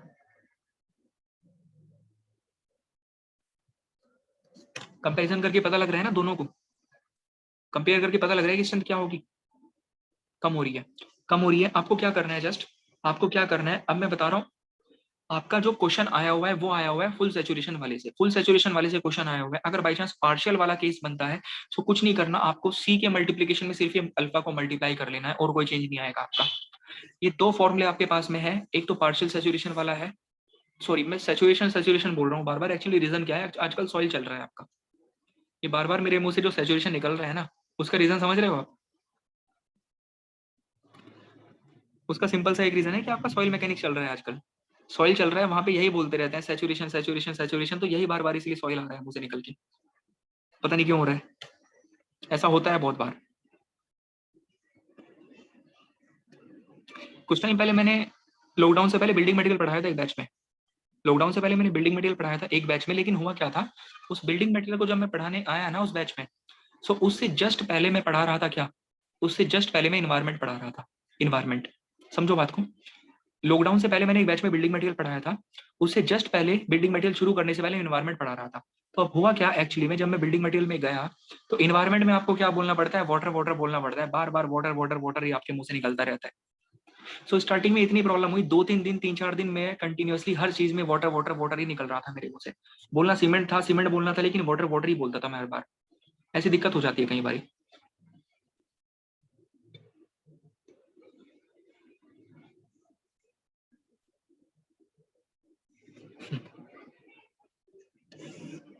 सो ये आया समझ में सबको पॉइंट? आपको जस्ट क्या करना है, देखो ये दो फॉर्मूले हैं आपके, एक तो पार्शियल वाला है, एक फुल हाइड्रेशन वाला है, इन दोनों को याद रखो। अल्फा का मल्टीप्लिकेशन हो रहा है यहाँ पे और कोई चेंज नहीं है किसी तरह का। एक पूरा है, मैंने आपको एग्जांपल सॉल्व करके दिखा दिया, कैसे सॉल्यूशन करना है, कैसे कैलकुलेशन करनी है, आप कर लोगे आराम से। एक ये थियोरटिकल स्ट्रेंथ वाला फॉर्मूला याद रखो, इंपेरिकल फॉर्मूला है, डायरेक्टली पूछ सकते हैं शायद आने वाले ईयर्स में। ठीक है, तो इस तरह से आप इसके न्यूमेरिकल को अप्रोच कर सकते हो, इस तरह से आप इसके न्यूमेरिकल को अप्रोच करते हो। आई थिंक कोई किस तरह की इसमें दिक्कत नहीं होनी चाहिए। अब देखो जरा, मैं आपको ये बता रहा हूँ अब, तो न्यूमेरिकल को किस तरह अप्रोच करना है वो तो आपने समझ लिया, आंसर आ गए आपके, उसमें कोई दिक्कत नहीं है। अब मुझे ये बताओ जस्ट कि अगर यहाँ पे, अब अगर कोई स्टूडेंट चाहता है, अगर कोई स्टूडेंट चाहता है कि इसका हम डेरिवेशन करें, अगर कोई चाहता है इसका हम डेरिवेशन करें तो बता दो एक बारी, मैं डेरिवेशन भी करवा दूंगा आपको, उसमें कोई प्रॉब्लम नहीं है। बट डेरिवेशन काम का नहीं था इसलिए मैंने नहीं करवाया उसको। डायरेक्टली आपका फॉर्मूला पूछेगा और इससे अलावा कुछ नहीं पूछेगा आपसे। अगर किसी को चाहिए कि डेरिवेशन कैसे आया, कैसे बनकर आया है फॉर्मूला, तो वो भी बता सकता है, तो उसमें कोई ऐसा इतनी दिक्कत नहीं है। बोलो जरा, डायरेक्टली याद रखो फॉर्मूला, काम हो जाएगा आपका। बट डेरिवेशन पार्ट के साथ अगर जाना है तो उसमें भी कोई प्रॉब्लम नहीं होगी ऐसे, बट इतना है कि आपका टाइम कंज्यूम होगा फालतू में और कुछ नहीं होने वाला। सो इस पे अगर न्यूमेरिकल आएगा तो उसको कर लोगे ना आप सॉल्व। अगर इस टॉपिक पे अगर आपको, हाँ कोई इंपॉर्टेंट नहीं है, इंपॉर्टेंट होता तो मैं खुद कराता उसको, अगर इंपॉर्टेंट होता तो मैं खुद करा देता। तो मुझे ये बताओ, अगर इस टॉपिक पे आपको न्यूमेरिकल दिखाई देगा तो आप उसको सॉल्व कर लोगे ना? इस टॉपिक पे अगर आपको न्यूमेरिकल दिखेगा तो उसको आप सॉल्व कर दोगे। ऐसा ही सेम क्वेश्चन वैल्यू चेंज करके आपका आया हुआ है जस्ट 2-3 साल पहले, अभी 2-3 साल पहले इसी सेम टॉपिक पे न्यूमेरिकल आ रखा है आपका 2-3 साल पहले, तो उसको आप सॉल्व कर लेना आराम से। आपके नोट्स में भी इनफैक्ट मैंने डाल रखे हैं वो 2-3 क्वेश्चन जो प्रीवियस ईयर के न्यूमेरिकल पूछे गए हैं, आपके दोनों तीनों क्वेश्चन मैंने अपने नोट्स में डाल रखे हैं, उसको पढ़ लेना आप उठाकर आराम से खुद से, ठीक है। सो हमने एक पैरामीटर डिस्कस करा jelly space ratio, jelly space ratio पे किस तरह से आपको क्वेश्चन सॉल्व करने हैं, न्यूमेरिकल कैसे करने हैं, उसके बारे में जस्ट अभी आपको बताया है, ठीक है, उसके बारे में आपको बताया है। नेक्स्ट क्लास में मैं आपसे जेली स्पेस रेशियो का कुछ 1-2 पॉइंट और डिस्कस करूंगा, जेल स्पेस रेशियो से रिलेटेड मैं आपसे 1-2 पॉइंट और डिस्कस करूंगा in the next class. In the next class gel space ratio से रिलेटेड 1-2 पॉइंट और डिस्कस करूंगा आपके साथ में। आज के लिए मैंने आपको जेल स्पेस रेशियो समझा दिया, मतलब बता दिया है कि क्या होता है, और जेल स्पेस रेशियो के बारे में मैंने आपको न्यूमेरिकल कैसे करने हैं इसके अप्रोच, न्यूमेरिकल की जानकारी बताई है। ठीक है, जेली स्पेस रेशियो से रिलेटेड एक दो थियोरेटिकल चीजें और मैं डिस्कस करूंगा आपसे नेक्स्ट क्लास में अभी, उसके बाद एक अपना नया टॉपिक शुरू कर देंगे नेक्स्ट क्लास में। तो न्यूमेरिकल आज आपने इसकी कवर कर ली, जेल वाले कैसे करने हैं approach, theory related to jelly space ratio एक दो पॉइंट्स और कल की क्लास में डिस्कस करेंगे। अभी मुझे ये बताओ, जो कल मैंने आपको कोड के 2 पॉइंट आपको अपने नोट्स में डालने के लिए कहे थे वो लिख लिए सबने? कोड के आपको कुछ 2 पॉइंट बताए थे अपने नोट्स में लिखने के लिए, वो लिख लिए सबने? उनको लिख लेना अगर नहीं लिखे होंगे तो, ठीक है, अगर नहीं लिखे होंगे तो उनको नोट्स में लिख लेना, काम आएंगे, आपके क्वेश्चन मिलेंगे आपको उनके ऊपर।